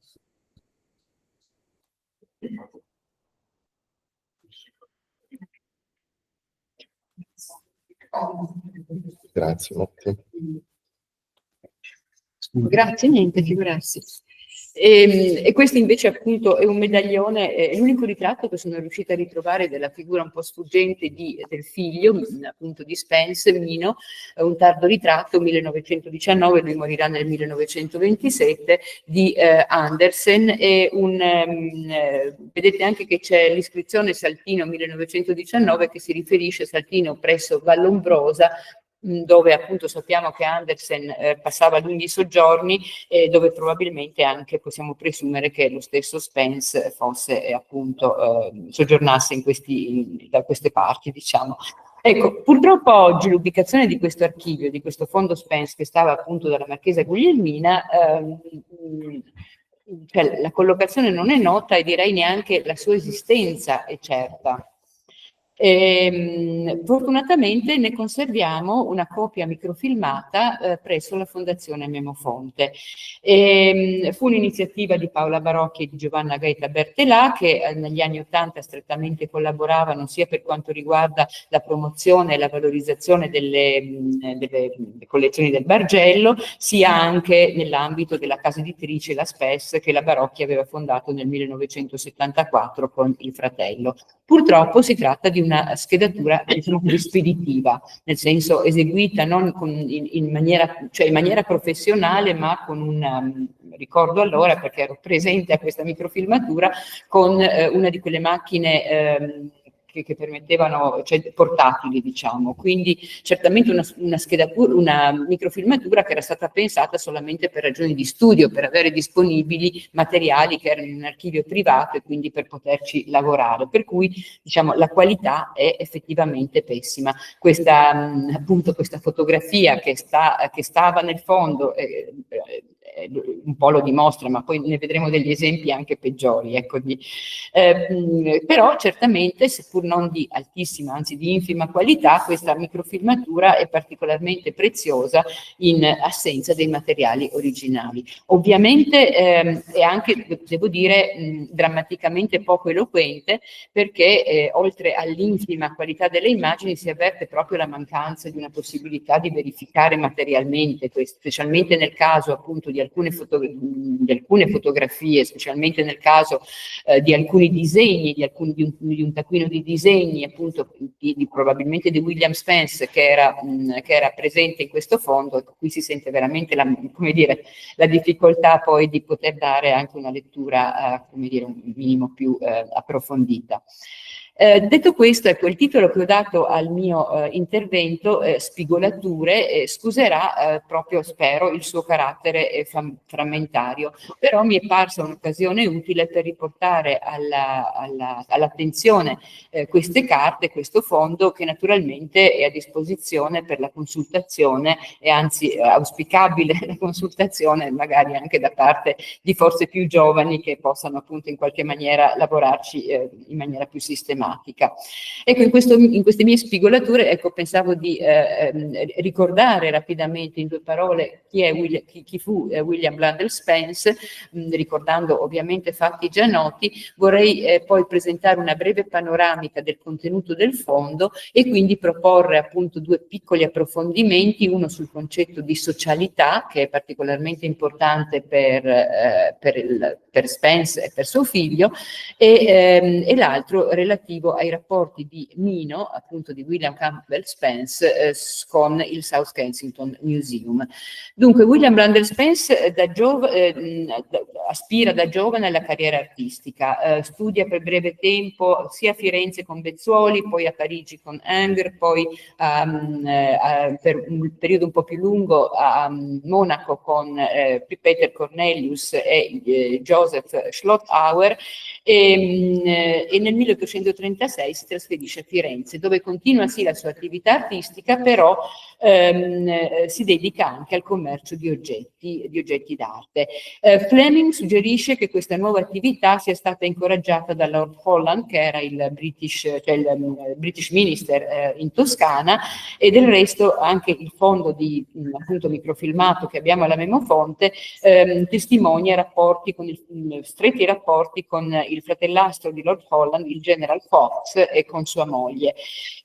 Comunque, forte di questa doppia attività di artista e di mercante, Spence pubblica appunto nel 1847 e poi di nuovo in un'edizione aumentata nel 1852 questa guida che abbiamo visto prima, Lions of Florence, che si rivolge specificamente a un viaggiatore inglese che si è interessato ad acquistare sia opere di artisti contemporanei, e infatti c'è tutta la guida, diciamo così, agli studi degli artisti, vengono presentati, c'è una grande parte di questa guida appunto dedicata agli studi degli artisti, sia però non solo opere contemporanee, ma opere di antichi maestri e soprattutto oggetti di arredo, oggetti di arredo di arte medievale e moderna. E quindi la guida per lui era praticamente uno strumento per attestare il suo ruolo di intermediazione fra il mondo fiorentino, del quale Spence vantava una conoscenza capillare, e il mercato degli acquirenti inglesi, in un periodo in cui a Firenze stava diventando sempre più centrale, Firenze stava diventando un centro sempre più importante per la crescente fortuna degli old masters e dei primitivi, ma non solo, come dire, la produzione artistica fiorentina e toscana del 3 e del 400, in cui gli artisti erano visti come artefici nel senso proprio del termine, gli artisti che si formavano quindi a bottega, che non disdegnavano lavori di tipo decorativo. Ecco, la Firenze in cui appunto che poteva vantare una tradizione artistica di questo genere assumeva anche un ruolo di modello nei confronti di preoccupazioni assai diffuse nel mondo britannico, in particolare la preoccupazione per un miglioramento del design, che appunto sia le Schools of Design sia poi il South Kensington Museum porteranno in primo piano. Ecco, Spence da un lato appunto è molto attento a coltivare buone relazioni con collezionisti e personalità fiorentine, e dall'altro può contare appunto su evidentemente anche dei contatti molto stretti con il mondo anglosassone. E basta scorrere la lista delle opere che passarono fra le sue mani e che si trovano appunto in appendice agli articoli di Fleming, per avere una idea non solo della quantità ma anche della qualità dei suoi affari. Una lista che purtroppo è costellata da molti untraced, cioè tanti dipinti di cui si ritrova notizia nei diari, nelle fonti, nelle lettere, ma che non è stato possibile a Fleming. È difficile anche oggi, io credo, pur con tutti i mezzi che abbiamo anche di recupero, no, delle informazioni su internet, che da questo punto sono molto importanti. Ecco, però io ho provato, ma effettivamente poche sono le aggiunte che si possono fare, ecco, le definizioni che si possono dare, cioè le specificazioni che si possono dare a questi untraced. Però appunto ho scelto alcuni esempi per dimostrare anche il tipo di clientela che aveva Spence, che poteva vantare. Per esempio questo dipinto viene venduto nel 1854 alla regina Vittoria, così come anche la copia, spero che si veda abbastanza, la copia ottocentesca di questo dipinto, che ugualmente di cui Spence possedeva anche l'originale, venduto anche questo nel 1854, un rapporto che poi gli valse anche un legame di amicizia con Jane Spencer, Baroness Churchill, che era la più fedele e apprezzata dama di compagnia della regina Vittoria, muore nel 1900, mi pare, appunto, e la regina Vittoria, tra l'altro, fu particolarmente colpita dalla perdita di questo. Spence continua ad avere rapporti, come attestano appunto alcune lettere del fondo, con questa dama di compagnia, anzi la Lady of the Bedchamber, quindi era una funzioni più importanti all'interno della corte nell'ambito appunto delle dame di compagnia della regina. Altri dipinti appunto ma sono solo degli esempi, appunto questo dipinto che ora è dato al maestro della Natività di Fiesole e che oppure per esempio la resurrezione di Lazzaro, sempre che si trova alla National Gallery of Art di Washington e che nel 1859 Spence acquista da un altro collezionista inglese ma di stanza a Firenze, che era Kennedy Lowry. Oppure ancora l'incoronazione della Vergine, che vende nel 1861 al marchese di Lothian.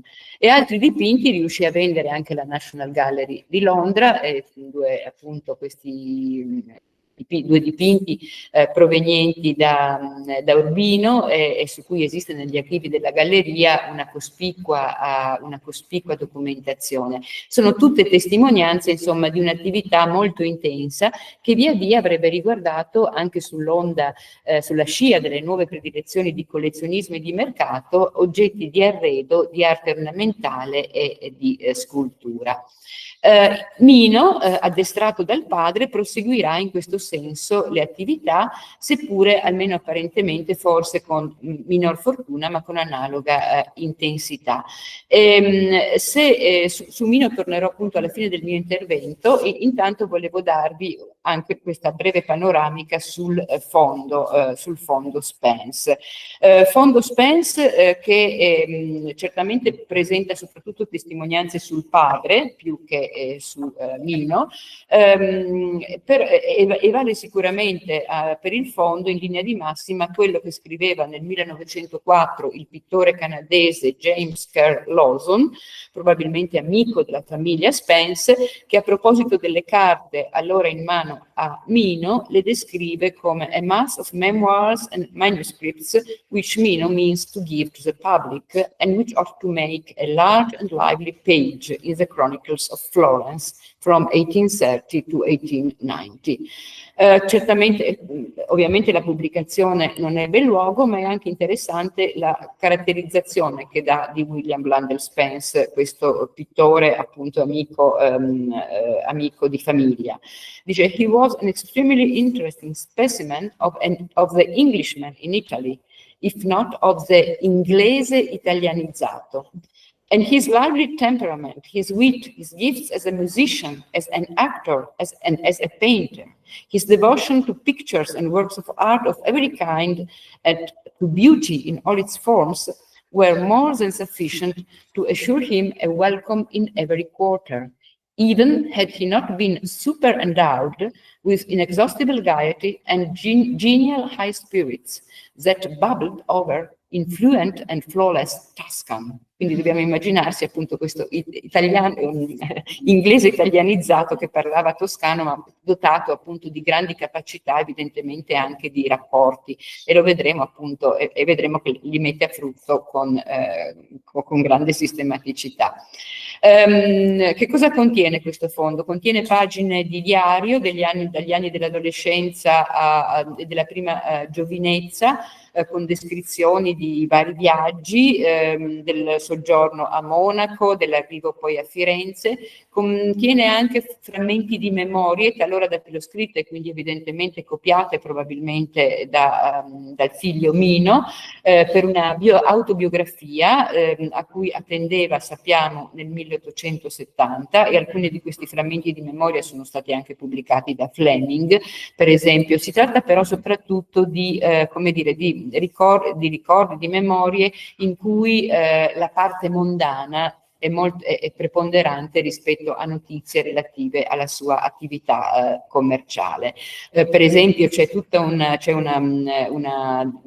resoconto della sua amicizia con il duca di Malakoff, conosciuto probabilmente a Londra, dove questi era ambasciatore nel 1858 e rivisto qualche anno dopo a Parigi, che sono praticamente un'occasione per parlare di pranzi, intrattenimenti ad Epstein House, oppure di altri appunto avvenimenti mondani a Parigi. E questo è il tono dei ricordi di Spence, sempre attento a sottolineare appunto più che i suoi commerci l'accoglienza che aveva grazie al suo spirito, diciamo così, nell'alta società, le relazioni con gli aristocratici, le relazioni con le persone, diciamo così, di un certo rango. Ci sono poi anche degli appunti per una terza edizione dei Lions, cui lavorava nel 56-57, ma anche questa non è mai stata pubblicata. Documenti finanziari che però ancora una volta riguardano non tanto i suoi commerci quanto la gestione domestica, acquisti di derrate alimentari, affitti di cabs e cose di questo genere, molta corrispondenza, ma direi non carteggi, lettere frammentarie. Sappiamo da una lettera che le scrive al figlio nel 1893 che lui stesso aveva distrutto tante lettere via via che scriveva le memorie, quindi molto è andato perduto. Da quello che si può capire, conserva soprattutto appunto le lettere o frammenti di carteggi con personaggi importanti, sempre per questa attestazione, come testimonianza, diciamo, dei suoi rapporti sociali. Abbiamo anche dei taccuini, anche qui, come dire, probabilmente di William Blundell, Spence, punto di domanda, perché diciamo questo è il tipo appunto di testimonianze che purtroppo ci permette questa microfilmatura. E abbiamo anche i libri dei visitatori di Villa Medici, dove, come vedremo subito ora, Spence si installò nel 1860 e che divenne appunto proprio il luogo di una socialità con forte vocazione mercantile. E credo che proprio questo aspetto della socialità offre una prospettiva particolare per osservare il fenomeno del collezionismo e del mercato, non solo in chiave di transazioni, di acquisti, di vendite o di, come dire, illustrazioni di singoli orientamenti di gusto, ma perché favorisce invece una riflessione proprio sulle modalità di funzionamento del mercato, sulla rete di rapporti fra mercanti e clienti, ma anche fra mercanti fra loro, a volte rivali, ma anche molto spesso in molte operazioni partner e collaboratori. E si tratta certamente di un terreno molto scivoloso, perché al di là dell'unanime, ma a volte generico riconoscimento dell'importanza di questi fattori, da un lato molto rari sono, molto rada, diciamo così, molto rarefatta è la documentazione, e d'altro canto anche è spesso molto difficile parlare di socialità, perché si tratta appunto di situazioni particolari, anche casuali, e quindi difficilmente generalizzabili. Certamente va notato che nell'arco di tempo in cui Firenze, quindi siamo proprio in questi anni in cui Firenze fu capitale del regno, il normale intreccio di interessi politico-diplomatici, finanziari e collezionistici che caratterizza un mercato di elite come quello artistico trovò un terreno di cultura particolarmente propizio. Una socialità che in questo periodo a Firenze ha modo anche di esplicarsi sia occasionalmente in celebrazioni pubbliche, penso al centenario di Dante e alle esposizioni che furono connesse a questo centenario, sia più di frequente una socialità appunto che aveva luogo a livello privato. E il discorso della socialità si lega strettamente a quello degli allestimenti e degli arredi, e Spence appare particolarmente attento a questo aspetto che da un lato serve ad accreditare uno status sociale, dall'altro ha ben più pratiche e prosaiche, diciamo, motivazioni commerciali. Tra l'altro proprio abbastanza recentemente Alison Clark ha attirato l'attenzione su quelli che ha definito gli spazi della connoisseurship, in un libro che tratta anche a lungo prende proprio come caso specifico la National Gallery di Londra, e credo che l'importanza, l'importanza di studiare gli spazi non solo della connessorship ma anche del mercato sia una componente fondamentale proprio per analizzare meglio il fenomeno mercantile nel suo complesso. Due testimonianze visive illustrano l'allestimento di 2 sale di un appartamento in Palazzo Giugni, dove appunto inizialmente Spence allestisce la sua galleria. Anche in questo caso abbiamo molta sfortuna con la documentazione, perché anche in questo caso, almeno a mia conoscenza, questi dipinti, che forse sono anche dipinti attribuibili a Spence, era un pittore, quindi può darsi che non abbia ordinato, però sono noti solo tramite sono di ubicazione sconosciuta e noti tramite 2 fotografie pubblicate da Ellen Kalman nel 1999. E tra l'altro proprio questo articolo di Ellen Kalman ci dà un'idea anche di come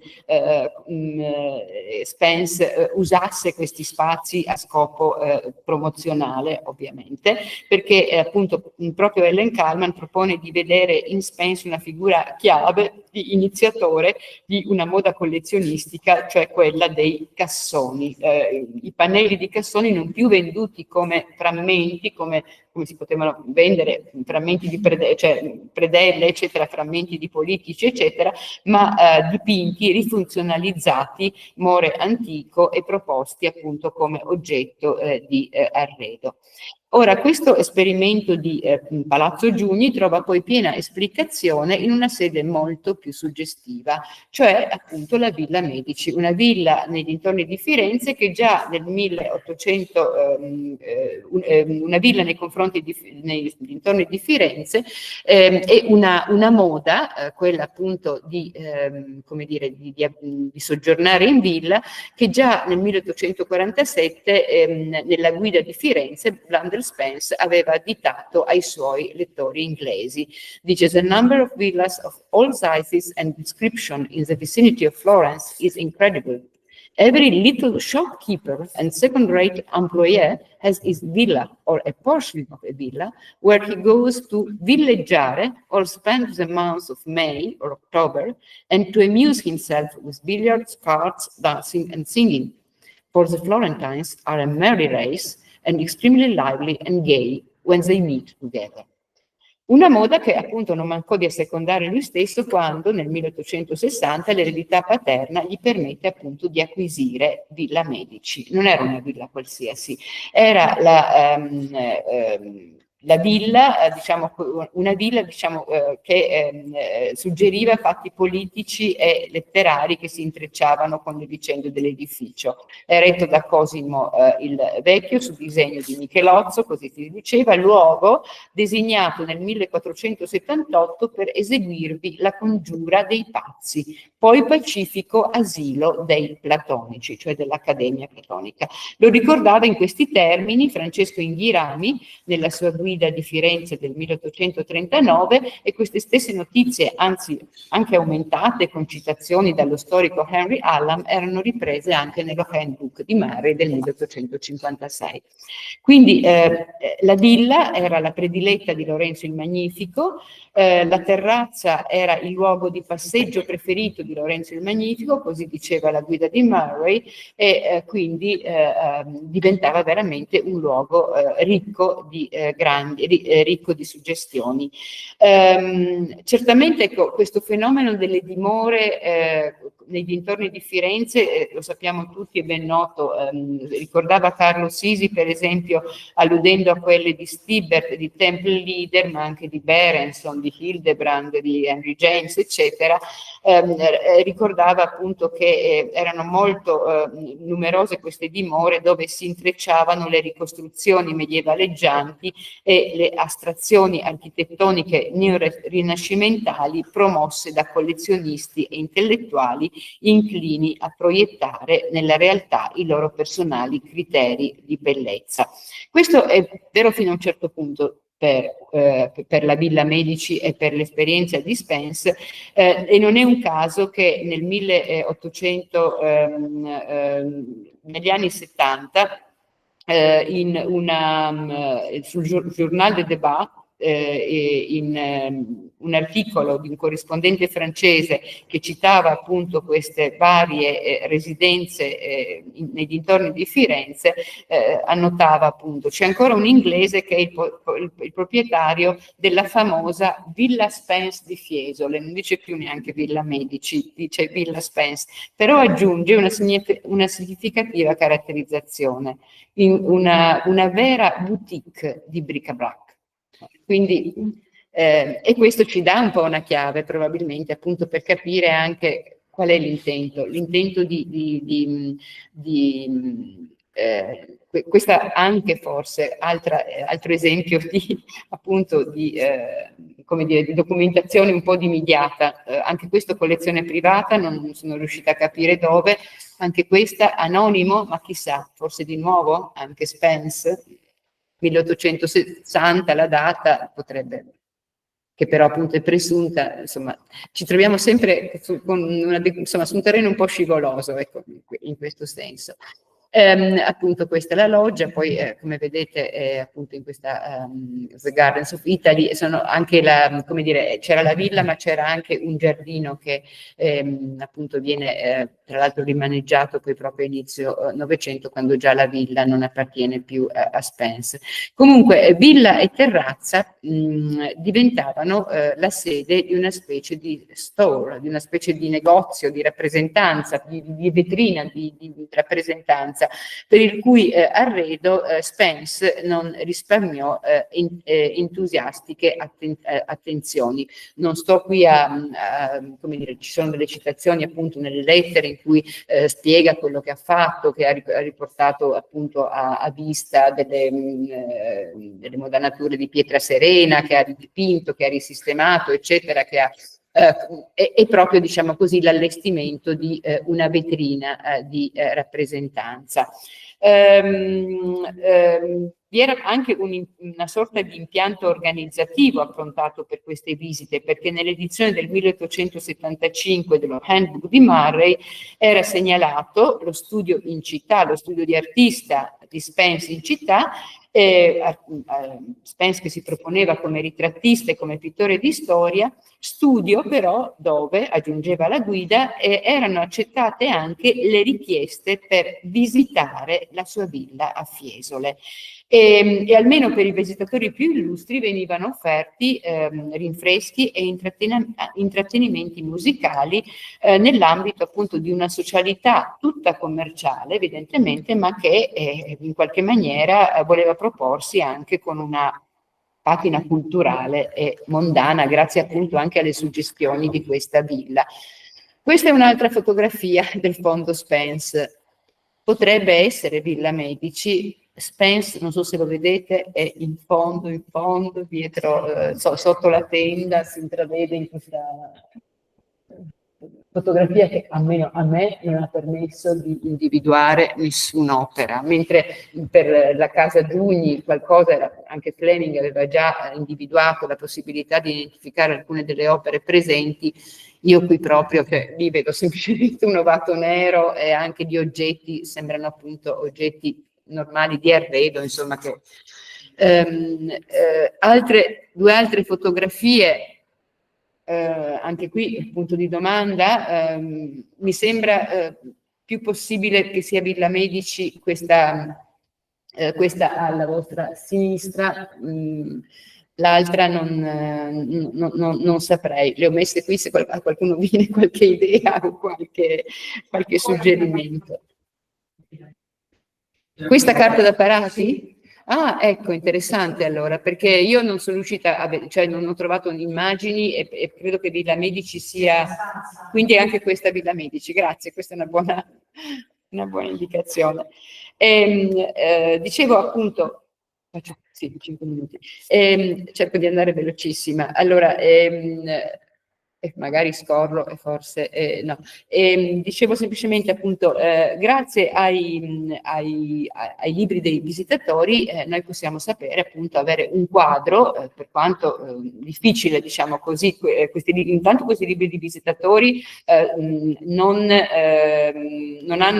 presentano le firme dei visitatori usuali.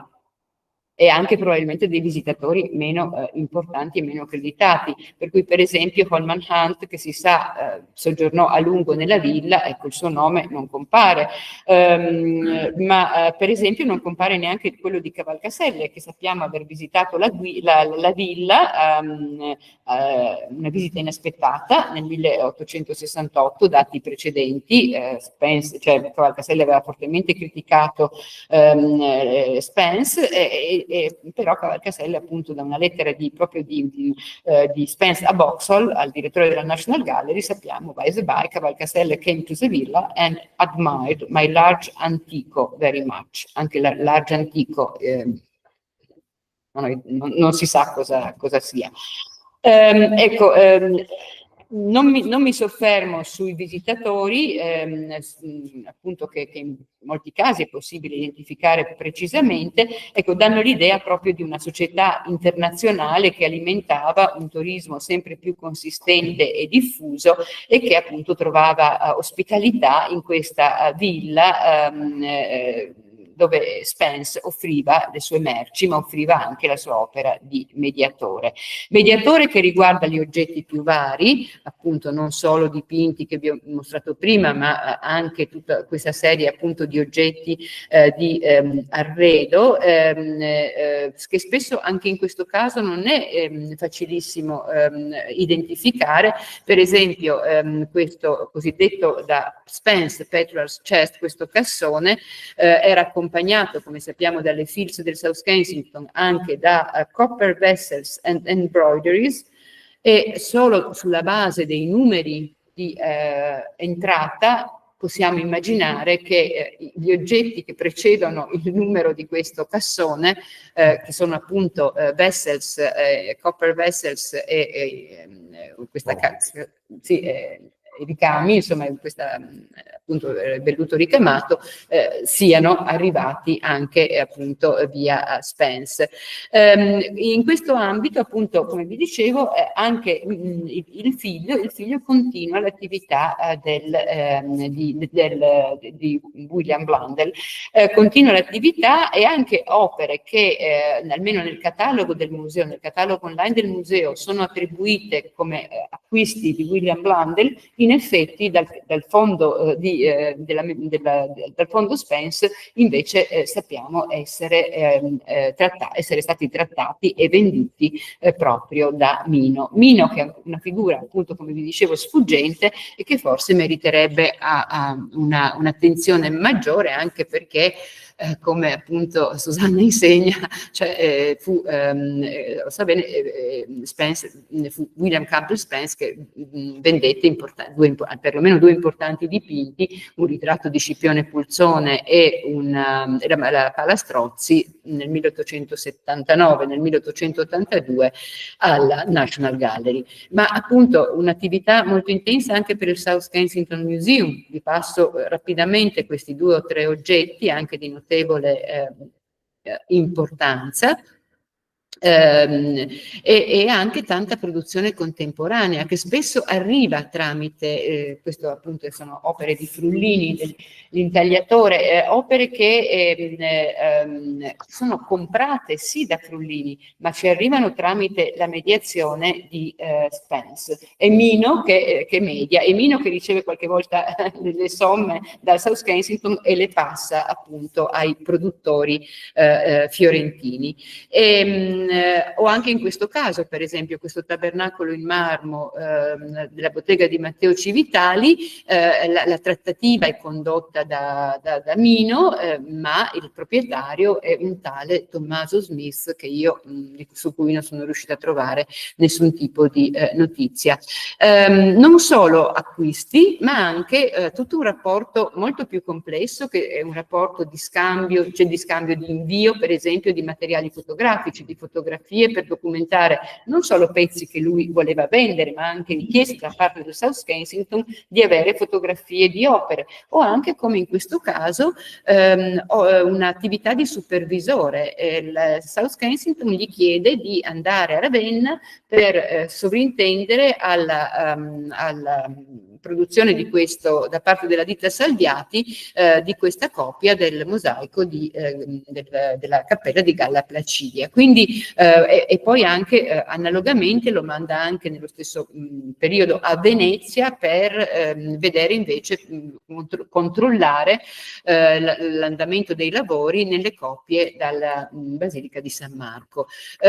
Ugualmente anche qui, questo è Palazzo Pepi, e anche qui il South Kensington, per esempio, gli chiede di occuparsi, di capire, di dare dei preventivi, quanto sarebbe costato inizialmente, dicono, fare dei tracings, quindi dei calchi su carta, addirittura tracings, copie in plaster, in gesso, e poi un'iniziativa che poi non ha seguito perché i costi sono troppo elevati.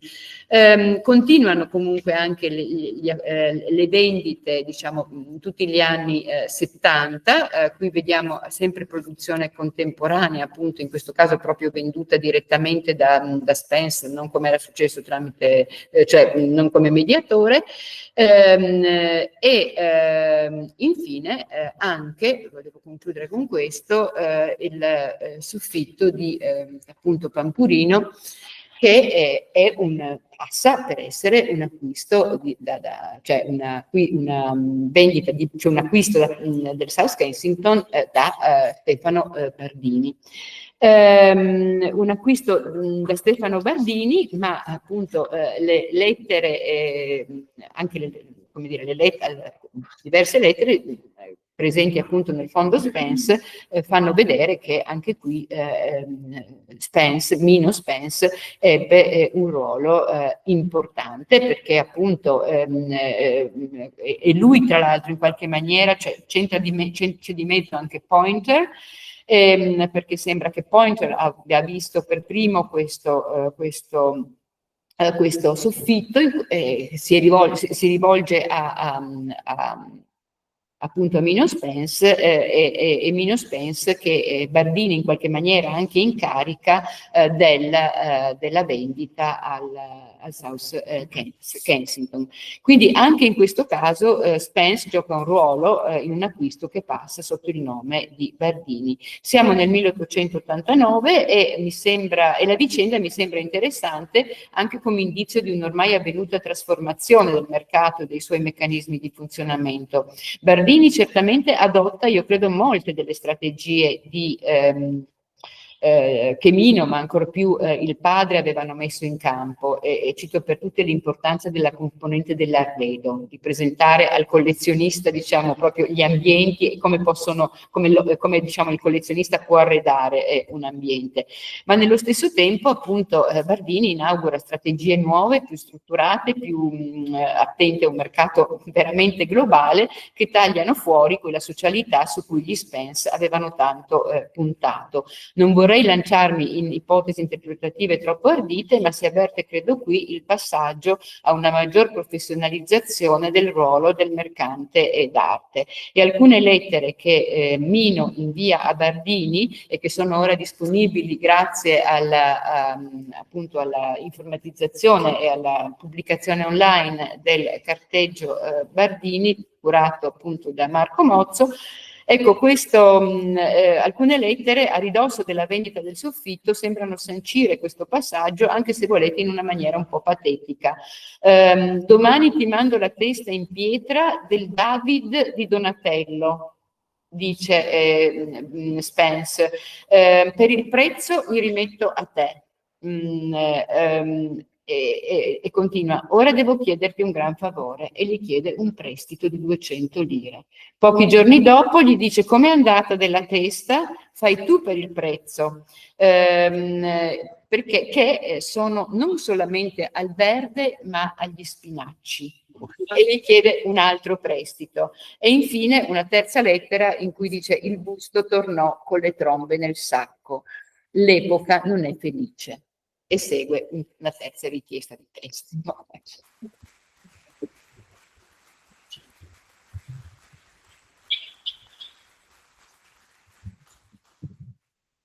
Grazie mille, Bartalini, per queste sue, diciamo, spigolature che integrano le riflessioni, insomma, di questa mattina sul fronte della comunicazione, soprattutto, come ha voluto sottolineare, non solo sociale, mondana, ma anche, oltre che per verbis, soprattutto per immagini, no? Di questa strategia, insomma, commerciale, di cui, insomma, queste ultime battute ci, come dire, documentano gli aspetti del clima, insomma, in qualche modo più tristi.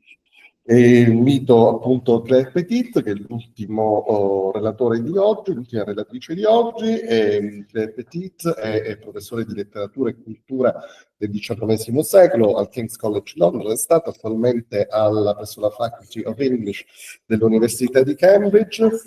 Adesso sì, adesso dopo questo recente passaggio appunto a Cambridge, e sta lavorando a una trilogia di libri che traccia l'importanza crescente della serialità letteraria, politica e sociale nel corso dell'Ottocento. Il primo libro della trilogia, Serial Forms, The Unfinished Project of Modernity, 1855-1848, pubblicato con Oxford University Press, ha vinto il North American Victorian Studies Association Book Prize nel 2022. Il secondo libro, uscito nel 2022, è appunto Serial Revolutions 1848, Writing, Politics and Form, e adesso sta lavorando al terzo e ultimo, insomma, libro di questa serie. È stata visiting professor a ITATI, the Harvard University Center for Italian Renaissance Studies, dove ho avuto appunto il privilegio di conoscerla e di beneficiare della sua brillante, sempre piacevole conversazione, e dunque le cedo la parola per questa ultima relazione della mattinata dal titolo Genres of Knowledge, Art and Politics in Italian Journals of Susan Horner, 1846-1848, and 1861 and 1862. Grazie. Date non Sì. al di sopra di ogni sospetto, date insomma importanti. Importante, sì. Grazie Prego, grazie prego, Mattia Claire. per l'invito. And now I'm going to speak English. I'm sorry, can you hear me okay at the back? Yeah? I've got a slightly sore throat, so you're hearing me okay. If you don't hear me, just wave and I'll speak up a bit. Okay, let's go. I didn't mean it to do this, but it did. I just wanted to say a quick thank you to the British Institute of Florence, which is where the two journals that I'm talking about today are in their archive. I looked at them when I was at the Tati a couple of years ago, and I haven't really had a chance to do anything with this material, so it's very nice to be able to present it to you today. I need to just make an apology as well for the appalling quality of some of my images. One of the journals is only available to view on CD-ROM, so I had to take images on a computer screen, so they're really bad, but I thought they were better than nothing, so I've included them. Okay, Susan Horner was a well-connected and well-educated unmarried woman of 31 when she first visited Italy in 1847 and 1848 with her sister Frances and her brother-in-law Charles. Susan's father, Leonard Horner, was a very well-known geologist, a social reformer, and a political friend of Italy's. Her uncle, Francis Horner, was a politician and a co-founder of the very important journal, the Edinburgh Review. And her elder sister, Mary, had recently married the geologist Charles Lyell. So Susan Horner came with her own cultural capital, and this cultural capital was to increase in the years after her visit to Italy. This is her, and this is a list of her published works at her death. So you can see she's quite productive in the later part of her life. She writes on Italian politics, Italian art, Italian literature, but the book which is perhaps most important for me today is Walks in Florence and its Environs, which she published in 1873, a joint publication with her sister Joanna. So, I was interested in two journals that are lodged at the British Institute. The first journal This is exactly her words on the front page. Journal of a tour in France and Italy, 1847 to 1848, extracted from my letters home and notebooks, Susan Horner, 1849.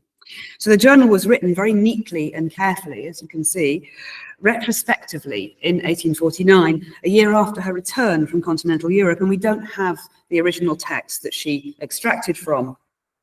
So this journal consists solely of handwritten text. You can see what it looks like with no illustrations. The second, untitled journal, documents Horner's 8-month stay in Florence with her parents Leonard and Anne Susan Horner and her sister Joanna from 1861 to 1862, when the family moved to the city for Mrs. Horner's health. They must have just missed Lady Eastlake, I think.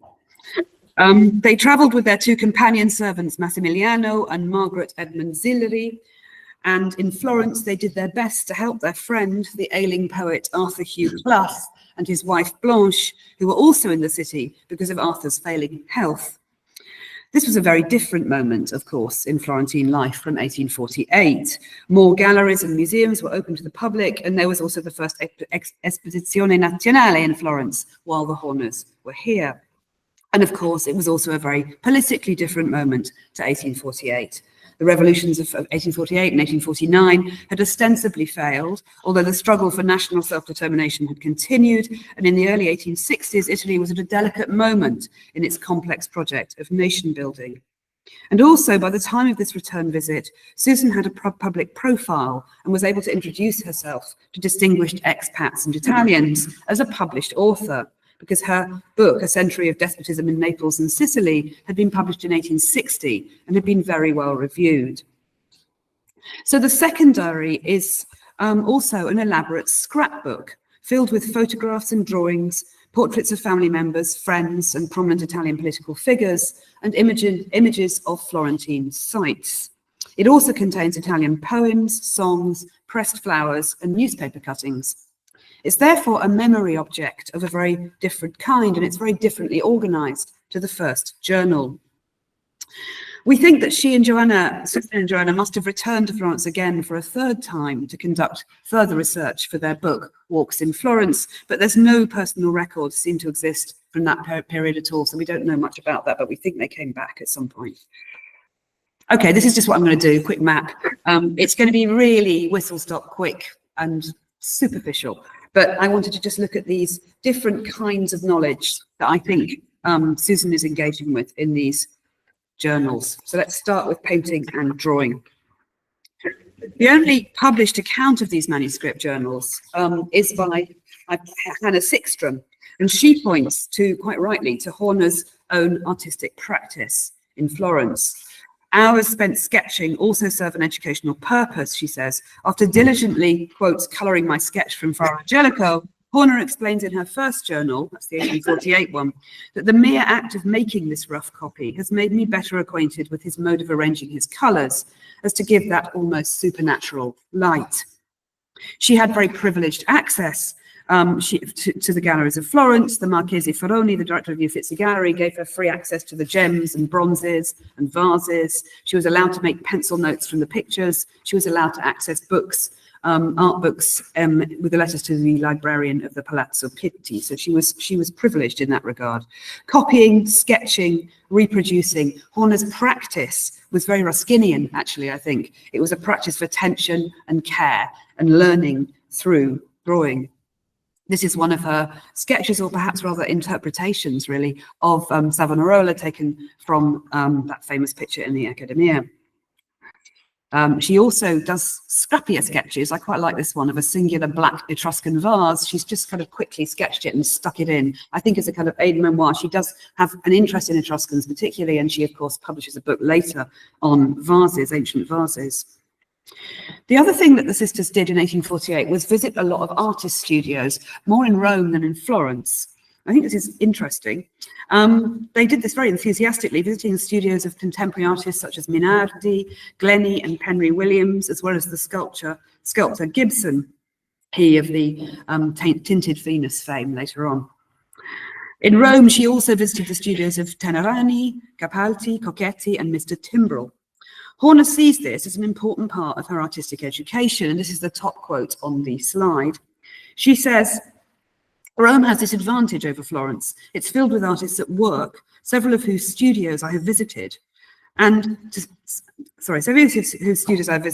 see new thoughts embodied in painting and sculpture around me, to see works of living genius, seems to give fresh ardour and stimulus to all my studies, and to enable me to appreciate more fully the work of those who are gone. I'm sorry, I'm showing you a lot of very texty slides because I want to show you that there is stuff there. I'm not going to read them all out because it would be unbearable for all of us, but just so you can see that what she's saying.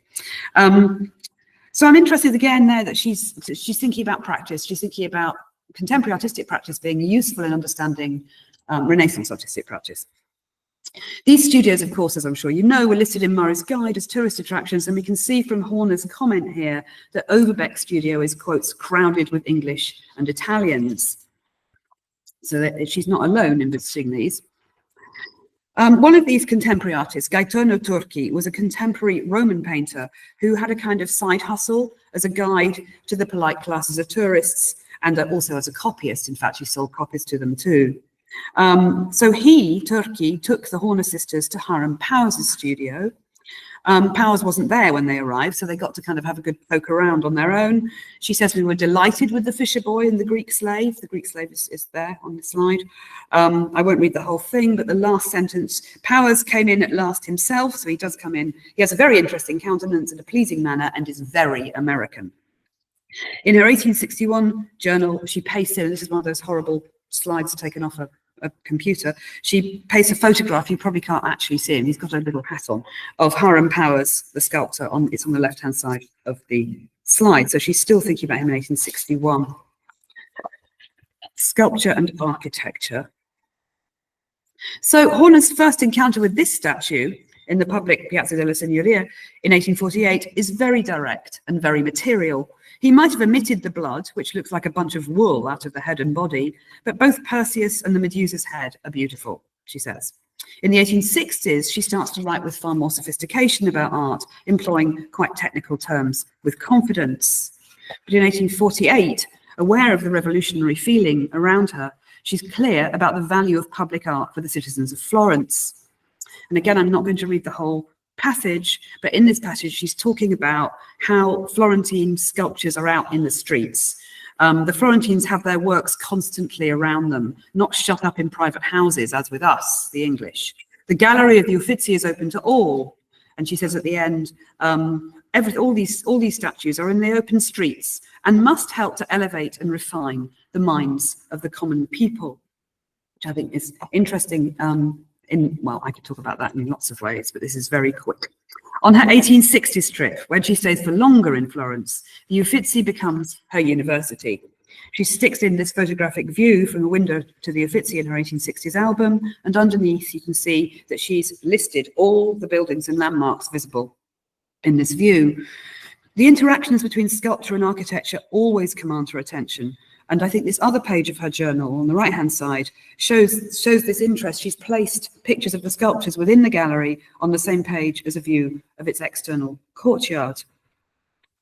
On September the 15th, 1861, so just before they arrived, the king of the newly unified Italy, Vittorio Emanuele II, had inaugurated the first Italian national exhibition of agricultural and industrial products and fine arts in Florence at the recently obsolete Leopolda railway station at Porto al Prato. The exhibition ran for 2 months, and Susan Horner and her family visited it several times. This morning, Mama, Joanna and I spent at the exhibition. We were 3 hours there. Mama stood it wonderfully, but I was ready to cry with fatigue. Despite this fatigue, she did, I think, understand the political and economic importance of this national exhibition of trade and manufactures. The great benefit of the exhibition, she writes, has been in bringing Italians together from all parts of Italy, for it has been the policy of all the petty Italian states to keep them apart, which has had a most injurious effect on trade and manufactures. The Italians themselves have been surprised to find articles produced at home, which they believed could only be procured from England or France. At the exhibition, she comments particularly on this statue, La Legatrice, a celebrated contemporary sculpture by Pietro Magni of a young girl reading a book. Horner understands that this is a nationalist piece, and this is why it's attracting so much attention at the exhibition. A poor girl, clearly literate, is reading a book which is purportedly all about Italy, her country, her newly made country. Horner admires the statue and sticks it into her album or her journal, I don't know what to call it. She sticks in fact, 2 different photographic views of it, which are, she writes, both gifts from Mama. But Horner doesn't see this statue. She doesn't see Michelangelo's David in 1848 because it was repairing and therefore hid from view. In 1862, she pasted a photograph of this famous statue into the very end of her journal and labelled the David of Michelangelo in the Piazza del Signore in front of the Palazzo Vecchio, the arm broken in a tumult by a bench thrown from the window above. The photograph shows the statue still in the public square with a fig leaf covering its genitals. In a new 1877 edition of their guidebook, the Horner sisters have to update information about the location of this statue, which was moved into the Accademia in 1873. I don't know if you can see the bold print. I tried to make it bold, but I'm going to read. This is a sort of preface to the new edition, and she says, the vacuum left by the removal of David from the place where Michelangelo himself placed the statue, and the large modern houses which have replaced the old Tetto di Pisani, the former post office on the west side of the Piazza della Signoria, have greatly altered the aspect of that most interesting centre of old Florence. And in fact, she has to keep, of course, updating her guidebook as things get moved around endlessly. She does say that some good things are happening, and the Bargello is being turned into a museum, San Marco, as well. So she's pleased with that. I'm racing through this, I'm sorry. We're going to do politics very quickly now as well. This is the book that you just talked about, and I was a little annoyed to find these journals after I'd written this book, because actually she gives us some really fascinating eyewitness accounts of the kind of building storm in 47, 48 before the revolutions, and I didn't have them when I wrote the book, so it was nice to find them. So I published the book in 2022. I'm not going to read all this again, but suffice to say that Horner is kind of tracking the fermenting revolutionary feeling through France and down into Italy as she travels down the continent. And as she says, everybody has a cockade, and everyone is singing freedom songs all the way down. Popular hopes at this point, of course, for the support of Pope Pius IX, Pio Nonno, are running very high. It kind of goes wrong, but at this point, it's looking good. Again, a rather wordy slide, which I will not read out, but I've just highlighted some bits for you. Genoa particularly is a place where she finds a lot of revolutionary activity. There's the Constitution of Naples is declared while she's there, and there's a huge kind of outpouring of nationalist feeling and rejoicing about that. People are running around with green and red umbrellas tied together with white handkerchiefs, and there's a lot of kind of display and performance on the streets of this kind of revolutionary moment. Interestingly, later she hears more about this. When she comes back in 1861, she starts to gather more political information from local people, partly because her Italian is better at this point. She can talk more to people. She is recommended this Signorina Giare as an Italian teacher. Signorina Giare doesn't seem to teach much Italian. She just tells them terrible stories about Austrian atrocities all the time. So she gathers a lot about just how difficult that 1849 moment was, particularly after the abandonment of the revolutionary cause by the clergy, of course. So I won't read out all the examples, but they're really all about the cruel treatment and sort of the punishment of the sort of counter-revolution. So by the 1860s, her political focus, well, I think the political focus of the whole Horner family has changed somewhat. The Horners are now interested in social reform and nation-building projects, and particularly in female education. Susan and Joanna are taken by their Italian teacher, the famous Signor Giare, to visit the normal school for girls in December 1861. And in her 1860s journal, Horner is more politically au fait, and she glues in Italian newspaper cuttings, one on Florentine schools here, and the other is on Baron Riscasoli's resignation. So this print media interests me, partly because it was something I wrote about in the first book of this series. I was interested in text and print, particularly in that book. I was interested in serial forms. I was really interested in the circulation of serial print and its effects on creating a sort of sense of how the poor and the poor people across and disenfranchised people across Europe could identify as European and also be identified as such. In an unprecedented moment, really, of representation of the ragged. So I talk quite a lot about the ragged in that book.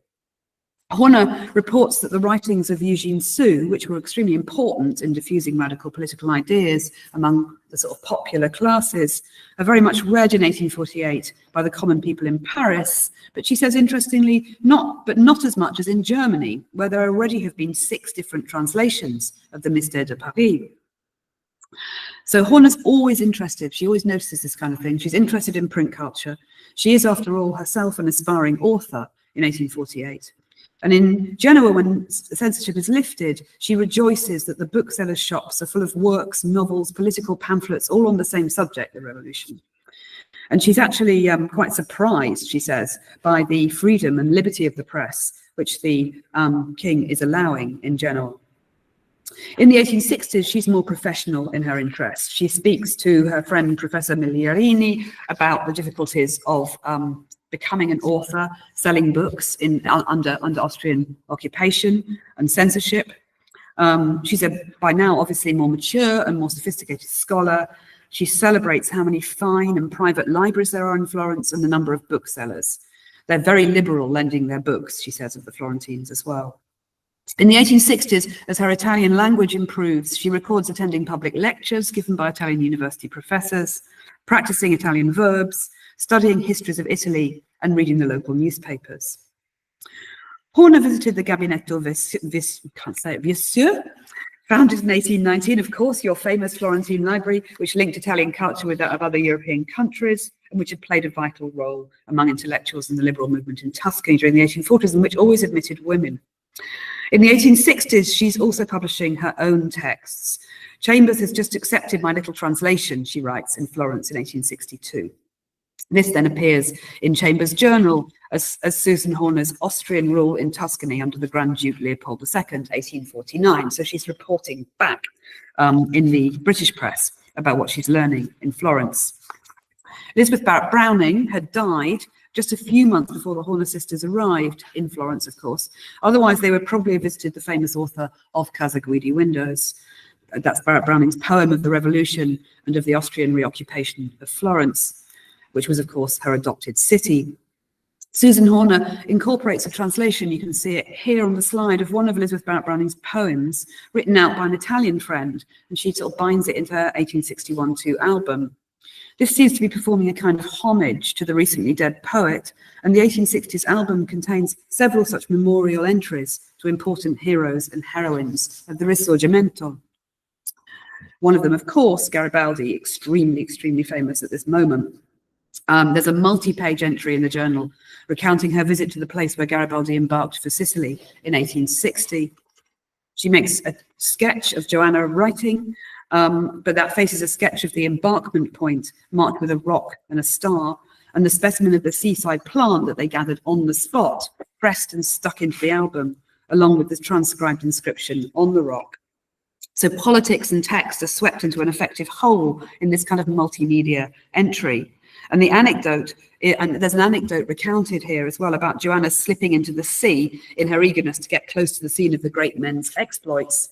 And that reminds us, I think, of another index of knowledge, which is the body. It's important in this journal, actually, the body. So she sketches exactly where the family stay in 1861, and this is a picture of the palazzo. It's just opposite the Pitti, and she actually, I don't know if you can see, but she's put numbers on each of the windows and tells you exactly who is in which room. And she also provides a very detailed internal room plan of the space that they're sharing, locating the bodies of her family when they're sleeping, waking, and working with really quite surprising precision. In this house, we spent 8 happy months, ending in our greatest sorrow and leaving a sweet but sad memory, she writes underneath. She's referring here to the death of her beloved mother on the 22nd of May, 1862. The family's great friend, and the poet who wrote another great English poem of the Italian Wars of Independence, Amour de Voyage, Arthur Hugh Clough, had died in a nearby apartment on the 13th of November the previous year. But there was an unexpected birth, too. The Horner's servant didn't seem to know that she was pregnant and surprised everyone by giving birth to a baby girl, Joanna Horner Zillery, here she is, on the 14th of December, 1861. Susan Horner pasted in the baby's photograph and sketched her in her album, and both the Horner sisters were closely engaged with her care. So Florence was experienced by Horner not only as a kind of living library or history, but also as the location of corporeal suffering, death, grief, as well as the scene of new life. Alongside the Etruscan vases and splendid Raphaels, there were the inescapable and gendered obligations of care for the sick and for the very young. The embodied experiences that Susan records are sometimes difficult and uncomfortable. I'm not going to read them all out, don't worry. But I'll just summarize them. In 1848, it gets too dark to see the pictures well in the Vatican galleries. Or a hot scirocco has been blowing all day, which is very uncomfortable, making one's head feel so burning. I went to sketch amidst the ruins of the Palatine Hill, but the wind and dust became so intolerable. In 1861, they had to let go a maid who is dirty and takes snuff. And in a church one Sunday, there was a dirty man before us who nearly made Joanna sick by smell of old tobacco. Susan has a particularly difficult experience with her crinoline. On the way to the Church of the Annunziata, I felt an odd sensation at my feet and saw my steel petticoat coming down. She manages to somehow hold it up and limp behind a pillar or something and fix it. Her sketching at the Uffizi is interrupted by English tourists, talking loud and often on mere gossip, she says. And her entries sometimes shrink to hardly anything as she suffers from toothache and is taking quinine, or from headaches, or Joanna has a bad night, which we attributed to indigestion from hard ham. I don't know what hard ham is, but it didn't do any good. To mitigate such discomforts, the Horner women do a lot of shopping. Foolishly wasting their time, she writes, browsing in photograph shops and buying bonnets, boots, velvet and silk, rings, music scores, and of course, loads of books. So she shops a lot, and I think it's part of the great pleasure of Florence for these women that they can shop and look at art.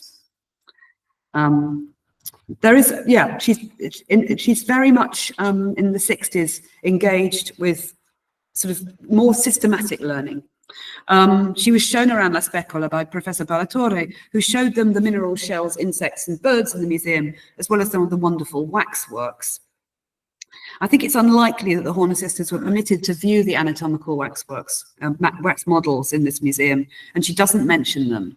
I know that Robert Browning certainly advised his wife, Elizabeth Barrett Browning, not to view them for reasons of propriety, although women were allowed, Florentine women did view them, they were allowed to be viewed. Okay, just to finish up. Am I doing all right? Yes, yeah. So I haven't got time to do this properly, which is frustrating, but I want these different forms of knowledge seem to me to be quite interesting. And it makes me want to ask, what are these documents? What are these things I'm looking at? Are they journals? Are they albums? Are they scrapbooks? Are they memoirs? Are they kind of proto-guidebooks? I think there's multiple generic identities for them, in fact. The miscellaneity of the 1861-62 album is particularly striking. I'll just show you some pages. I've decoded some of these pictures and found out that Google Images actually works really well. I haven't used it much before to identify things. So you can see there's just pages and pages like this. It's very striking. It captures a variety of different materials, carte de visite photographs of prominent men, connected to Italy's ongoing nationalist struggle, black and white topographical prints, engravings of artworks, and portrait sketches of friends made by Horner herself. Occasionally, it's possible to identify a print quite precisely, such as this one that she tips in. She's talking about having met a member of the Misericordia di Firenze, or I think this is in Pisa actually, and being quite startled by this. And she tips this print into that section of her 1861 journal. And this is a hand-coloured aquatint from this series, which was produced in Florence in the 1830s, in fact, for sale to tourists. So a tourist print trade underway there, and she's part of it. So it's this eclecticism that I've been trying to show you very, very briefly this afternoon in the albums, both of which incorporate so many diverse materials, Renaissance and contemporary Italian art, political observations, and reflections and historical imaginings, such as this one. And I'm ending with this in a way. Conclusion. This is Florence in 1861. We then went to the Mercato Vecchio, such a dirty place, but the oldest part of Florence, where the houses of the great citizens once stood. We walked through dirty, narrow streets full of strange high houses and blacksmiths and leather dressers' shops, past the old piazza where the church of San Miniato fra le Torri once stood, and the towers which mark what once was the first circuit of walls, and past past San Biagio, the old church, which once held the relics of stones from Jerusalem brought by the Crusaders when the Pazzi planted the first Christian banner on the walls of the Holy City. The relics are now preserved in the Santa Apostoli. Just notice that once.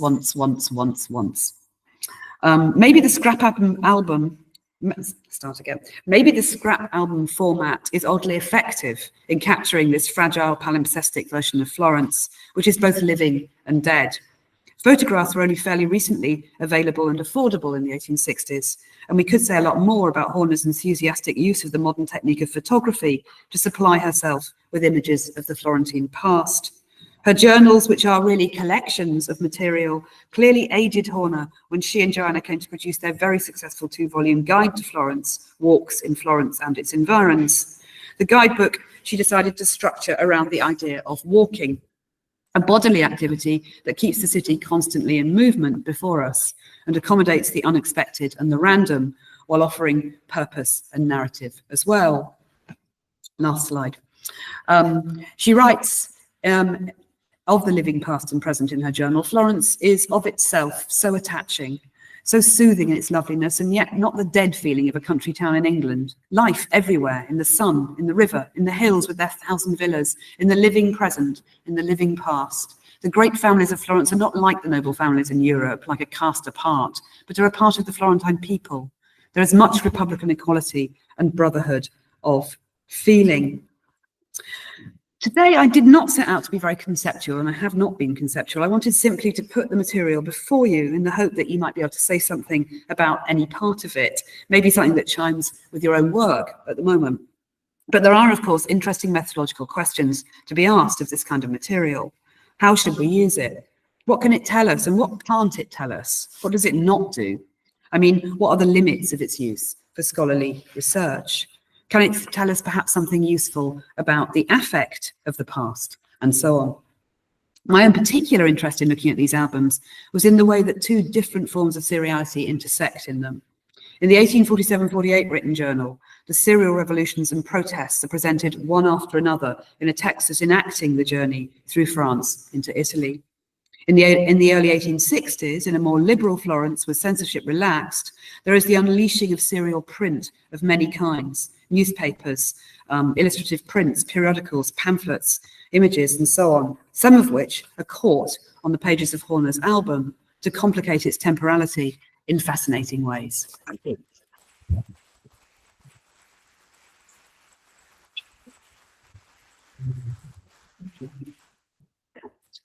Thanks for your fascinating presentation. E chiedo adesso ai relatori di raggiungermi qui al tavolo, io faccio loro spazio. So please stay here.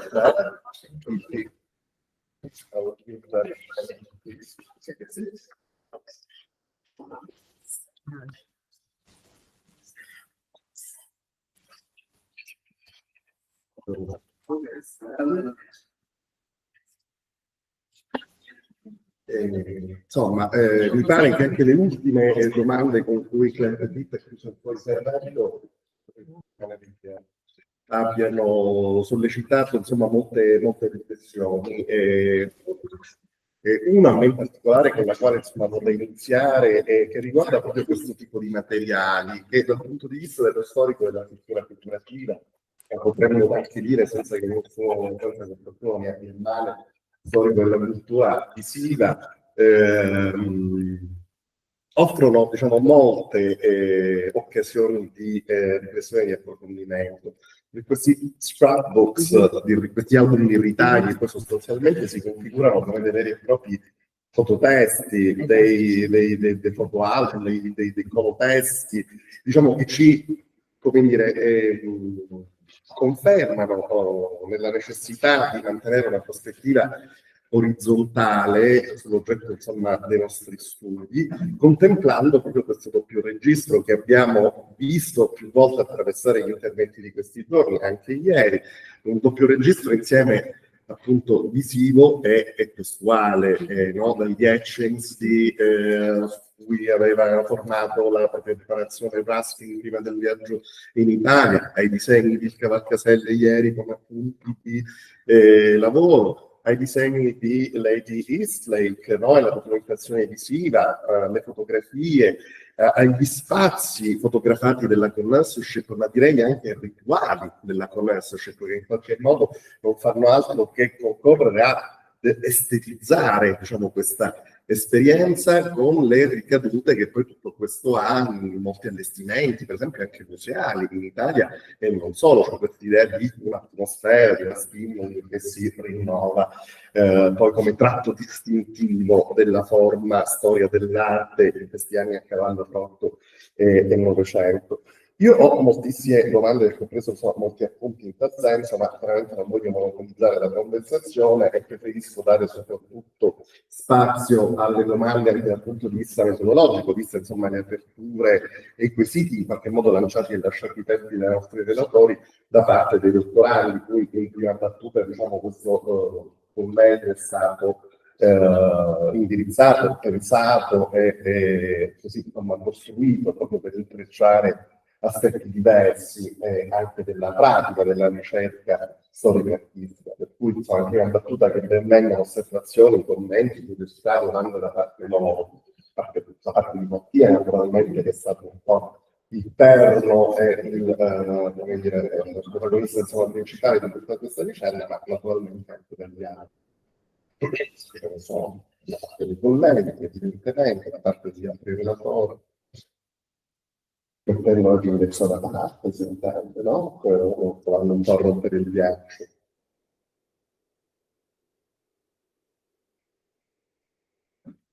Non per l'uomo,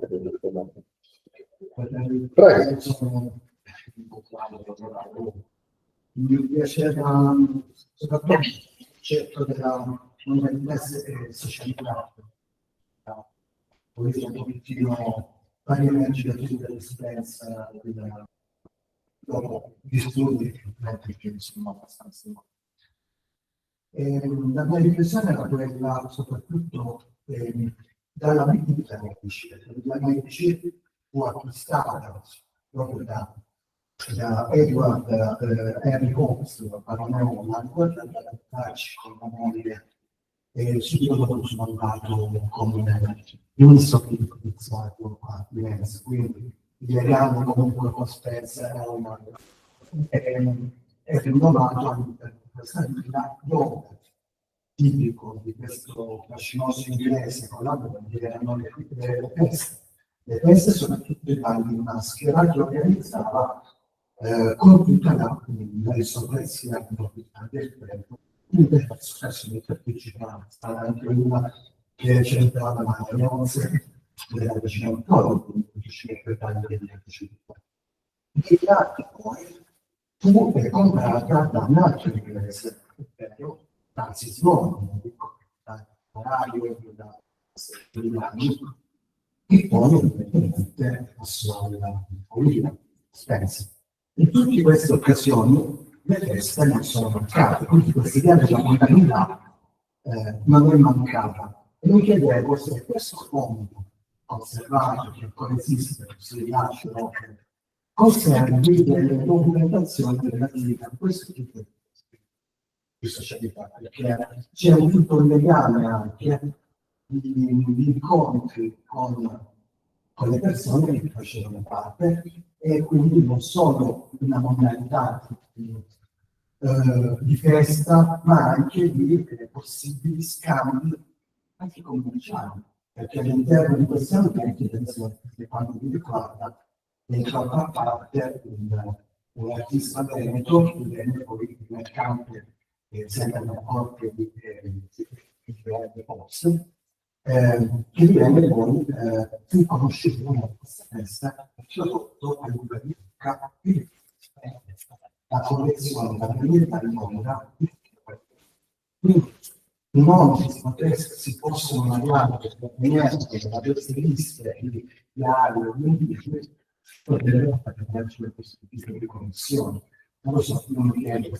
Ci saranno questo tipo di, ci sono nel fondo possibilità di ricavare anche quotidianità del genere, socialità? Per il periodo in cui Spence abito la villa. Quindi C'è la qualche, sostanza sì, c'è qualche, anche non molto, ci sono dei frammenti, per esempio c'è una descrizione di un paio di pagine, non di più, di un pranzo in villa.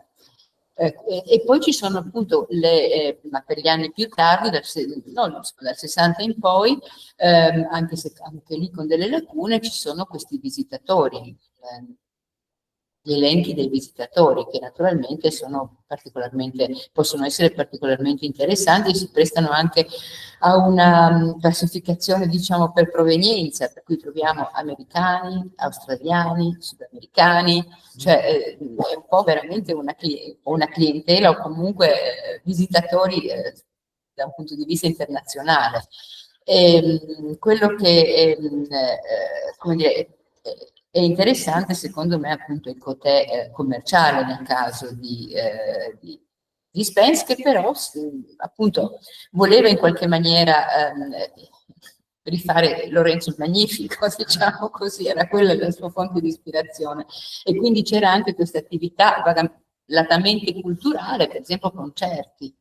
La musica aveva un'importanza enorme anche perché i vicini di casa erano Mario, il tenore Mario, anche lui tra l'altro probabilmente implicato in traffici e comunque in commercio di opere d'arte, e la famosa Catalani, quindi che erano spesso ospiti appunto della villa. E Spence aveva anche un teatro, aveva organizzato a Fiesole un teatro, il teatro Spence, altro, come dire, luogo di socialità per eccellenza, se vogliamo. Quindi c'era veramente come dire, era una struttura un po' complessa, ecco, quella che aveva messo sicuramente insieme.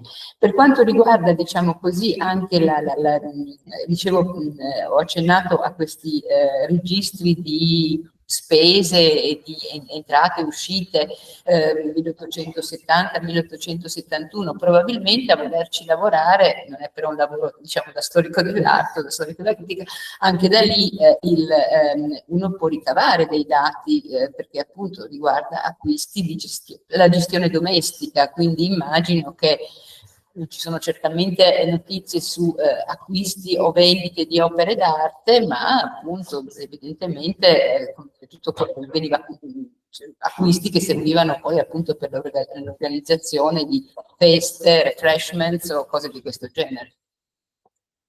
Grazie, prego, sì, assolutamente. A proposito dei visitatori, che abbiamo naturalmente quelli di palazzo avanzati sull'inaugurazione, abbiamo quello dell'intervento di sarebbe a mio avviso opportuno incrociare questi dati a livello elettronico in modo da creare un dialogo tra archivi, perché questo ha un senso per monitorare poi le presenze in città, anche la pietra naturalmente, c'è un album, una Expo che è operativo per molti decenni, per cui diciamo i Expo ci darebbero una tracciabilità naturalmente. Questa è una prospettiva futura, questo è quello, secondo me, Digital Humanities dovrebbe servire anche a questo, a mio avviso.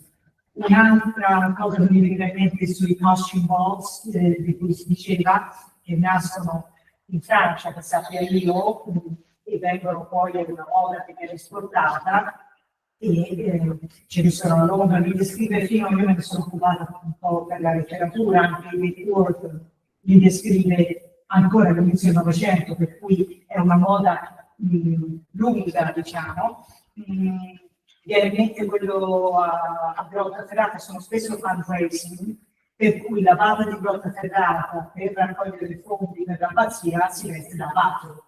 Quindi in altre forme va al costume ball, tutti sono in costume e lui è vestito da se stesso essenzialmente.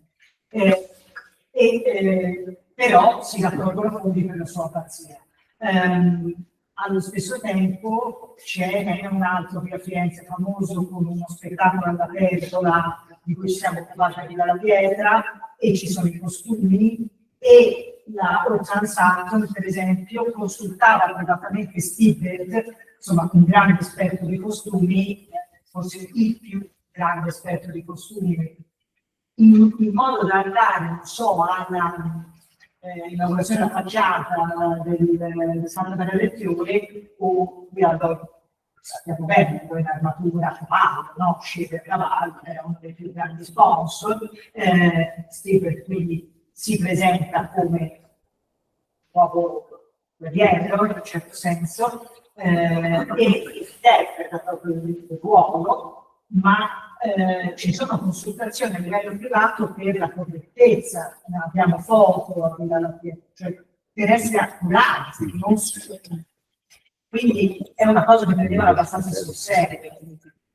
E, insomma, ce ne sono in tutta Italia, ma sono sull'onda lunga però secondo me socialità in questo caso è anche una villa che funziona da vestesi e da showroom. Cioè, le feste sono uno degli aspetti, ma la socialità è più sottile, è uno a uno, è per vendere, insomma, è per fare network, si vede ora. Esattamente questo, però la festa per esempio ci sono delle riviste che gli inglesi preferivano vestirsi da libro oppure da personaggi per esempio ce ne sono quelli fiorentini che si veste da Cimabue, si veste da 18 anni 40 ed è interessantissimo anche questo, pensare quanta socialità o che tipo di comunalità ci potesse essere in questi circuiti. Di questo in costume non mi pare che ci sia nessun cenno nella villa, che è strano perché in effetti poteva essere, però certamente appunto sì, concordo, era come dire, uno showroom, era più che altro, ecco, indicava, come poi farà Bardini, no? Credo in un certo senso, indicava delle possibilità di uso di oggetti, diciamo, di antiquariato, chiamiamoli così, in un arredo domestico. Quindi proponeva proprio, come dire, dei suggerimenti. Sì, certo, anche italiano, ma il mio italiano no, capisco. Sì. By how modern the diaries of Women were in terms of materials presented. Before a scrapbook, compared to Eastman, in a way, she's creating kind of a collection of material to be reused, but even in past that she never developed in print, correct? Correct. So some are really only vibrant as they are, but as a journal. I didn't know about, all these different exposures she had and how she collected materials. She was gluing things. Because honestly, I read briefly the blogs, and I was not awfully impressed, but the diaries are more impressive. Yeah, no, I mean, I think I've written on scrapbooks elsewhere, and I'm interested in the form, but I don't think I've solved the form. The form is, I mean, it would be interesting to hear what you think actually about the Eastlake comparison. I think Eastlake's doing something different, actually. Yeah. She's far more professionally involved. Yeah. I think Susan Horner is self-educating, and it's really an autodidactic form for her. So she's creating her own archive of stuff that she wants to think about when she gets home. Curiosity is different. Yeah, Lady Eastlake.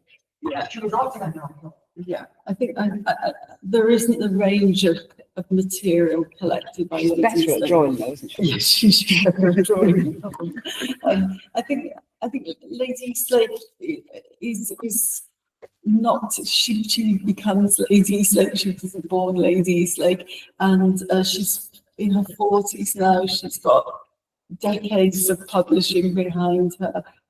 Not as Lady Eastlake, but anonymous publications, translations, reviews, critiques of other people's work. So I think it's shorthand for her to judge things, and she does deliver verdicts. She judges situations, she judges experiences, she judges works of art, and wants to assign them a place in her personal value system, often with a view then to to that becoming something that feeds her education and will become a publication. But everything has a point and purpose from the outset, whereas I don't know. It's a bit more random with Honor, I think, yeah. Susan Horner is much more interesting in many ways because she's more curious. She's very curious. Susanna, I will watch a question. Please. For all of you, because there's been a big conferences about Florence and London and the relationship between the two. A lot of the work of all the people we've been looking at these lakes, Susan Horner, Spence and Ruskin, they are saying they're trying to wrestle things with bringing things to light for the English and international audience through Florence and elsewhere. Can you just reflect for us on, do they then, are they a channel that then the Florentines and Italians more generally can come to England? I mean, what's exchanged the other way around? That these people who are writing and gathering things abroad, do they also help contemporary talent? I mean, we looked at some of the work that Victor was in by contemporary Italian craftsmen. They were brought back through, and I'm just thinking about the exchange backwards, the other way that these English people are going to Italy and writing for the English. Do they channel things back through? I mean, do they introduce network back to London and England? Because they're such influential people. Because you get examples maybe of this flow the other way, that they help it. Russell's could at this date, not at all, but things change considerably as they do in this case, and there's a very different relationship, I think, with Italy in the 70s, which is the other sort of great period in which he was present, and especially through friendships with young Italian artists who he employed, who he tried to teach in Venice, in Assisi. So yes, there's a different kind of, there's a greater openness also to social situations and art and friendships with writers and artists, as this kind of song in Tuscany, who collected folk materials, folk songs from around Tuscany. He was very interested in that aspect. His attitude changed, but in 1845, he was very critical and really indifferent as to what was going on around him. In fact, it's interesting to compare his manservants' journals for these trips, these tours. The manservant, John Hobbs, very intelligent, was very much interested also in the revolutionary ferment, in many events that, reading Ruskin's long and informative letters to his parents, as mentioned, we never imagined that he was president. He was absolutely focused on the task in hand, and that's also reflected very much in the way we say about in the nature of the text.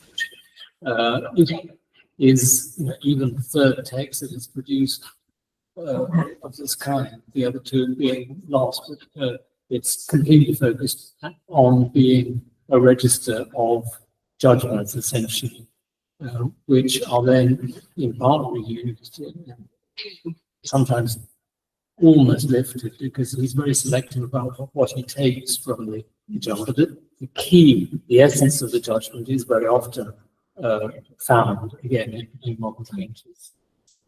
So things change.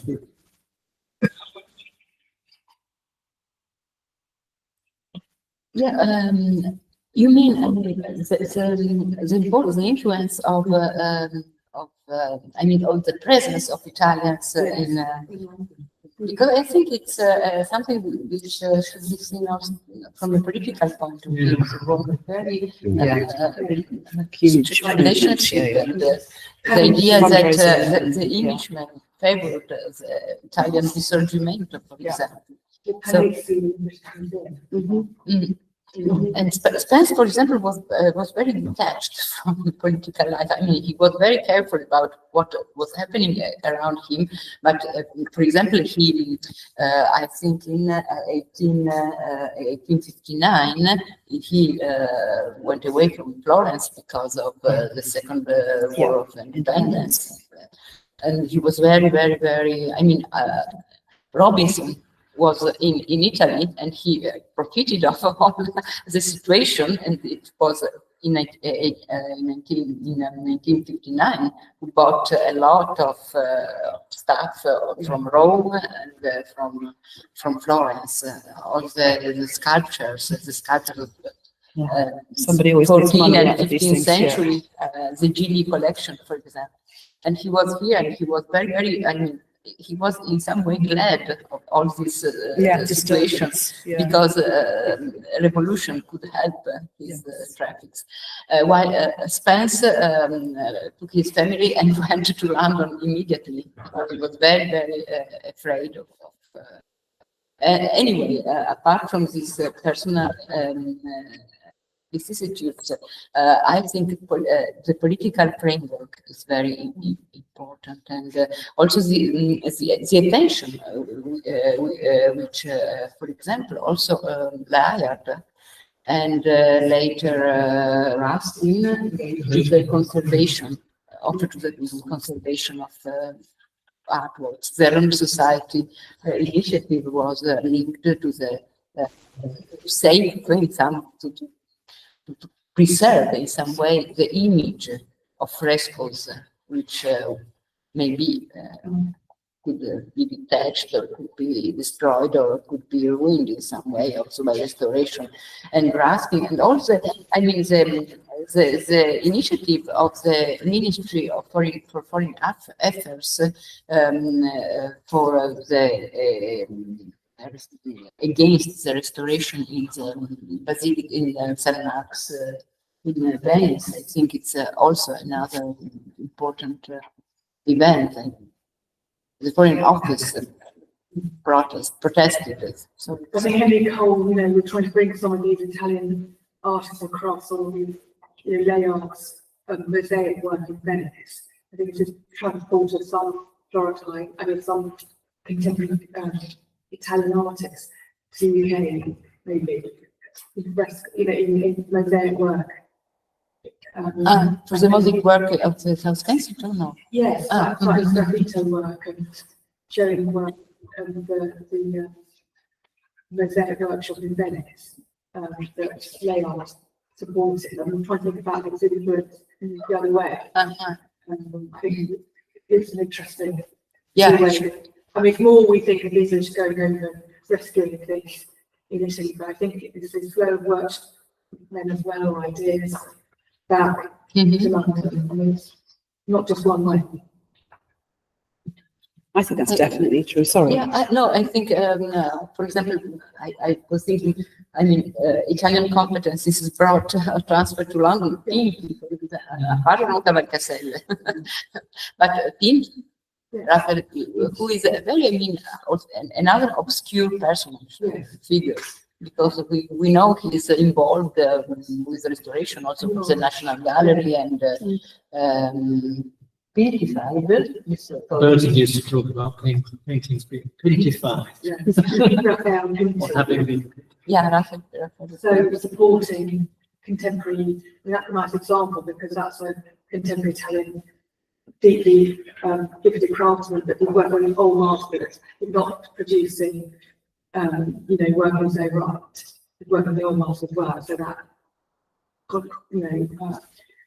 it's not just Italian craftsmen working in their own media, but new work, but Italian craftsmen working on old masters as well. So another thing there, Yeah, no, I mean, when I was researching, brings people back. well, yes, but also when I was researching 1848, it was very clear that a lot of people necessarily had to leave after the sort of first defeat, as it were. And so there are a lot of exiles in London, actually, Italian exiles who bring their trades with them, and there's a big boom of Italian Exiles, exiles, basically. Yeah, refugees, exactly.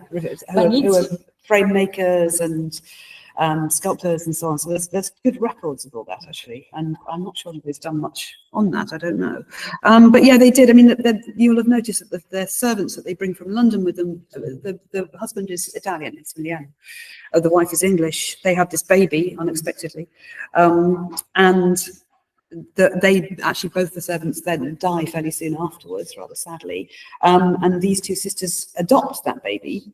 And she becomes an artist, actually, and trains at the Slade, and lives until and she lives for many years. Susan Warner is the name of the one I'm talking about. Zilili, she's called Joanna, what's she called? I've forgotten now. Joanna, I think she's called Joanna after the sister, and something else, Zilili.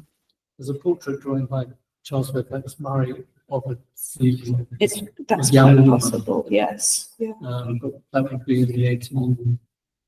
Yes, yeah, that would be about right. Yeah, yeah. And she lives a long time and is quite well respected. And I haven't done much on this yet, and I could do, but she's respected as an artist. She works in London.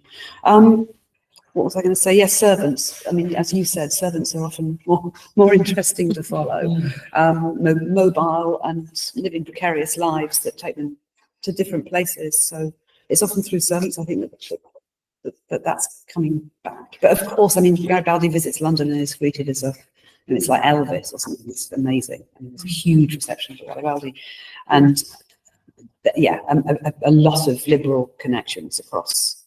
I mean, that's a huge topic, much researched by historians already. So yeah, there is definitely a lot on it. That ladies did subscribe to that reception, so she contributed financially to it. The Garibaldi reception. Yeah. So I mean, obviously that signals some sympathies. I think just to close the question, Susanna, there were 90,000 British people visiting Florence every year by the end of the 19th century. I don't think how many there are now, but that's it's colossal sort of interest in Florence. And I think that obviously, Murray's handbooks and later Baedeker catered for this appetite to understand churches and galleries and art. I would say that if Lady Sip was responsible for anything, and we can't really link her to every picture or even any picture particularly, it was probably to give the travelling British public the means with which to engage with Italian art, especially early Italian art, on a credible basis, where most Protestants, Church of England people would shrink from very Catholic imagery, particularly sort of apocryphal imagery. She gave them a language to think about it, to talk about it, and something to value. And I think that would be for me what she brought back to me. Yeah, I just remembered that actually the reason the Horners are in Florence is not actually art, it's geology. Because the father is he's the president of the Geological Society in London. He's a very eminent geologist. And there's Charles Lyell in the family as well by then. So and those networks are already in place, and I think mobile in both directions between Italian geologists, partly of course because of the volcanic nature of Italy, and there's a lot of work going on about volcanoes in this period. So there's a huge network already, and it's very active between geologists. Male network largely, but it's very active. Ci sono altre domande, altre osservazioni? Prego. Abbiamo qui la parola. È fuori del contesto. This is for Judaism. Let's see. Elizabeth really, I looked as a young lady, was a journalist and quite a woman's rights person. And she's lovely that we out to that such. She married she married Lord Weasley. So Why? Question. nobody knew. Everybody, all of London was astonished that they married each other. I think I just probably correct it. She wasn't. I wouldn't say she was much of an advocate for women's rights. Unfortunately, yeah. So and Sir Charles Eastlake was knighted. He wasn't born with a title. He was given a title for being the president of the Royal Academy, and that used to carry the automatic title of Sir. So she became Lady Eastlake, which makes her sound much grander than she actually is. She's the one full servant who was knighted. I was also thinking about the taste for the primitives, and here the primitives is kind of a fluid term that connects with Quattrocento and late Quattrocento, and leads also to, in a way, limit the time range for primitives, because early Italian painting is a bit longer. It's quite a delicate issue, I believe. Before Leonardo, before Raphael, because that changes a bit. The role of exhibitions, it's very dear to me as a topic. Before museums, from homes, primitives reached art exhibitions, temporary exhibitions, and not maybe the big one, the 1851 or the Great Exhibition or Manchester, yes, already. Yeah. But even the Renaissance that was perceived in 1851, you showed us the courtyard, the Renaissance courtyard, and it was that one that was projected out of an exhibition, and it was architecture and sculpture. But in more learned later exhibitions, the private collectors that in England were already collecting a little bit of whole black rooms, let's put it this way, they would show them in the Burlington Fine Arts Club. They would later, we're all agreed, much later, but in homes they were present as Fox Strangeways, or then Oxford and Liverpool as public museums, but they were present before than in the biggest exhibitions and the biggest national galleries. From homes to museums, not the other way around. So for a national gallery, the taste of the early Italian paintings will be something to conquer and to reassess and to impose up to a certain terms. But in minor galleries and in homes, that taste was a little already developed. Not sometimes as historical specimen, and a little later as for their aesthetic values as well, not only historical values. I mean, it's gradual, of course, and it's very personal. But I was just thinking about the role of art exhibitions in terms of perception and projection of the taste, even more and earlier than museums. Yeah, you're right. I mean, the private Lady Eastlake would have had access to most private collections. Her own uncle Dawson Turner had a very early collection of what he called primitives from the early 19th century. I don't know that she saw Roscoe's in Liverpool, but Eastlake did. She would have been able to get into most people's homes with private collection, and formally because she was translating Passavant and Parva, so she had a reason. She didn't just translate; she wanted to go and verify the material by going to everywhere that Passavant and Parva had been, to just check they got it right and make some changes if they hadn't. I mean, those collections were well known through the German survey, of course, and then Passavant Parva. Traced around Great Britain, 4 volume from the 1850s. So it's really, I mean, whether they question sometimes the attribution, so the private owners don't know their names because not so well known anyone to Giotto or something. So I mean, at least the knowledge of what is in the private collection becomes better known through these German surveys of British private collections, which then they understand that there's massive things, as you say, behind private doors. But through the publications in the 40s and 50s, the contents are a bit better known, with some fresh attributions added slowly into the mix. Without images. Without images. That's, well, in the exhibition, you see that. Yes. Yeah. Yeah. And the other exhibition space is the British Institution, which was set up very early in 1805 because there was no National Gallery, and was established in 1867, from which point the Royal Academy took on the winter exhibition of old art in 1868. But you did have early examples there in London every year of works that only turned up occasionally, and early German and Netherlandish painting too. But few, you're right, it gets them out there. One very last remark and word of conclusion. It could be worth to stress once more the female, the gender perspective that Mattia has clearly pointed out in her presentation. A perspective Mattia Barana is particularly interested in his ongoing research. It can be also be applied to the case study presented by Julie Shelton on Lady Eastlake.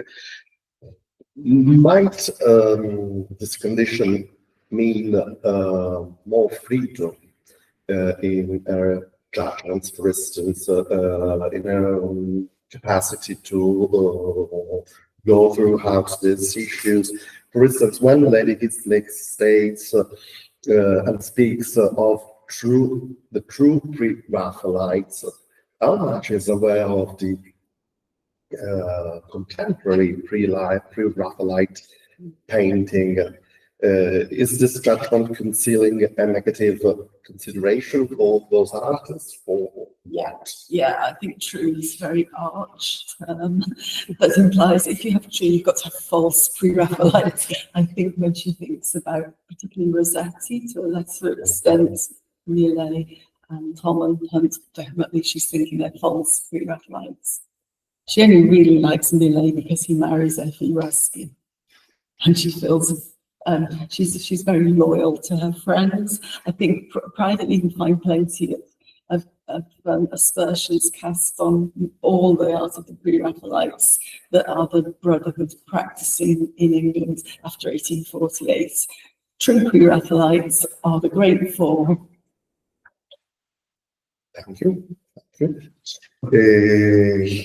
Rossetti, che era appunto peraltro figlio di un esule italiano a Londra, come lo era Vittorio Pica, figlio di un esule italiano. Term like true in that context can also be related to this problem of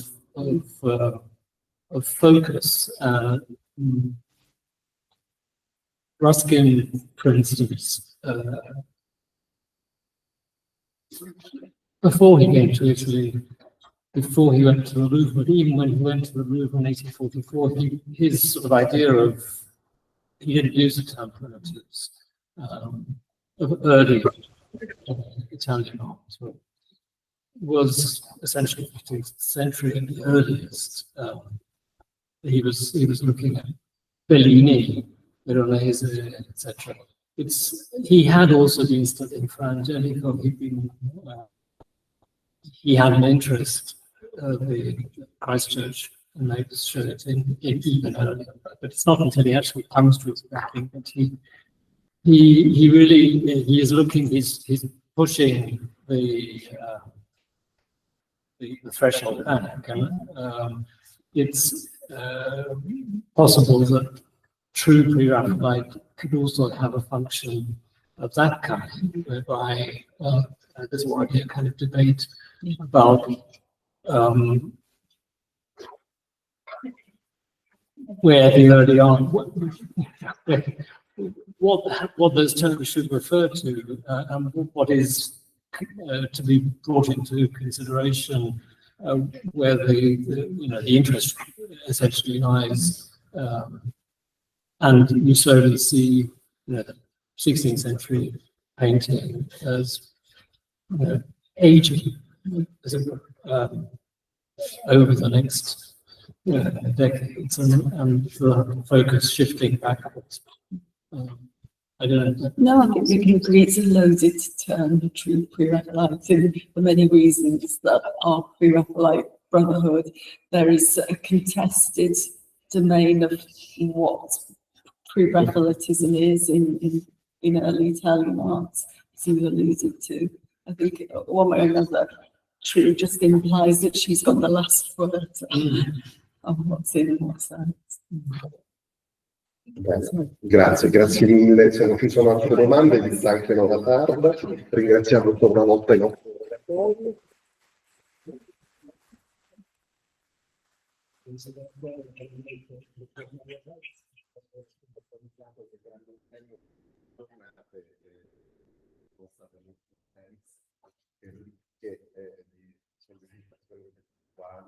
Grazie ancora. Aspetto alla prossima.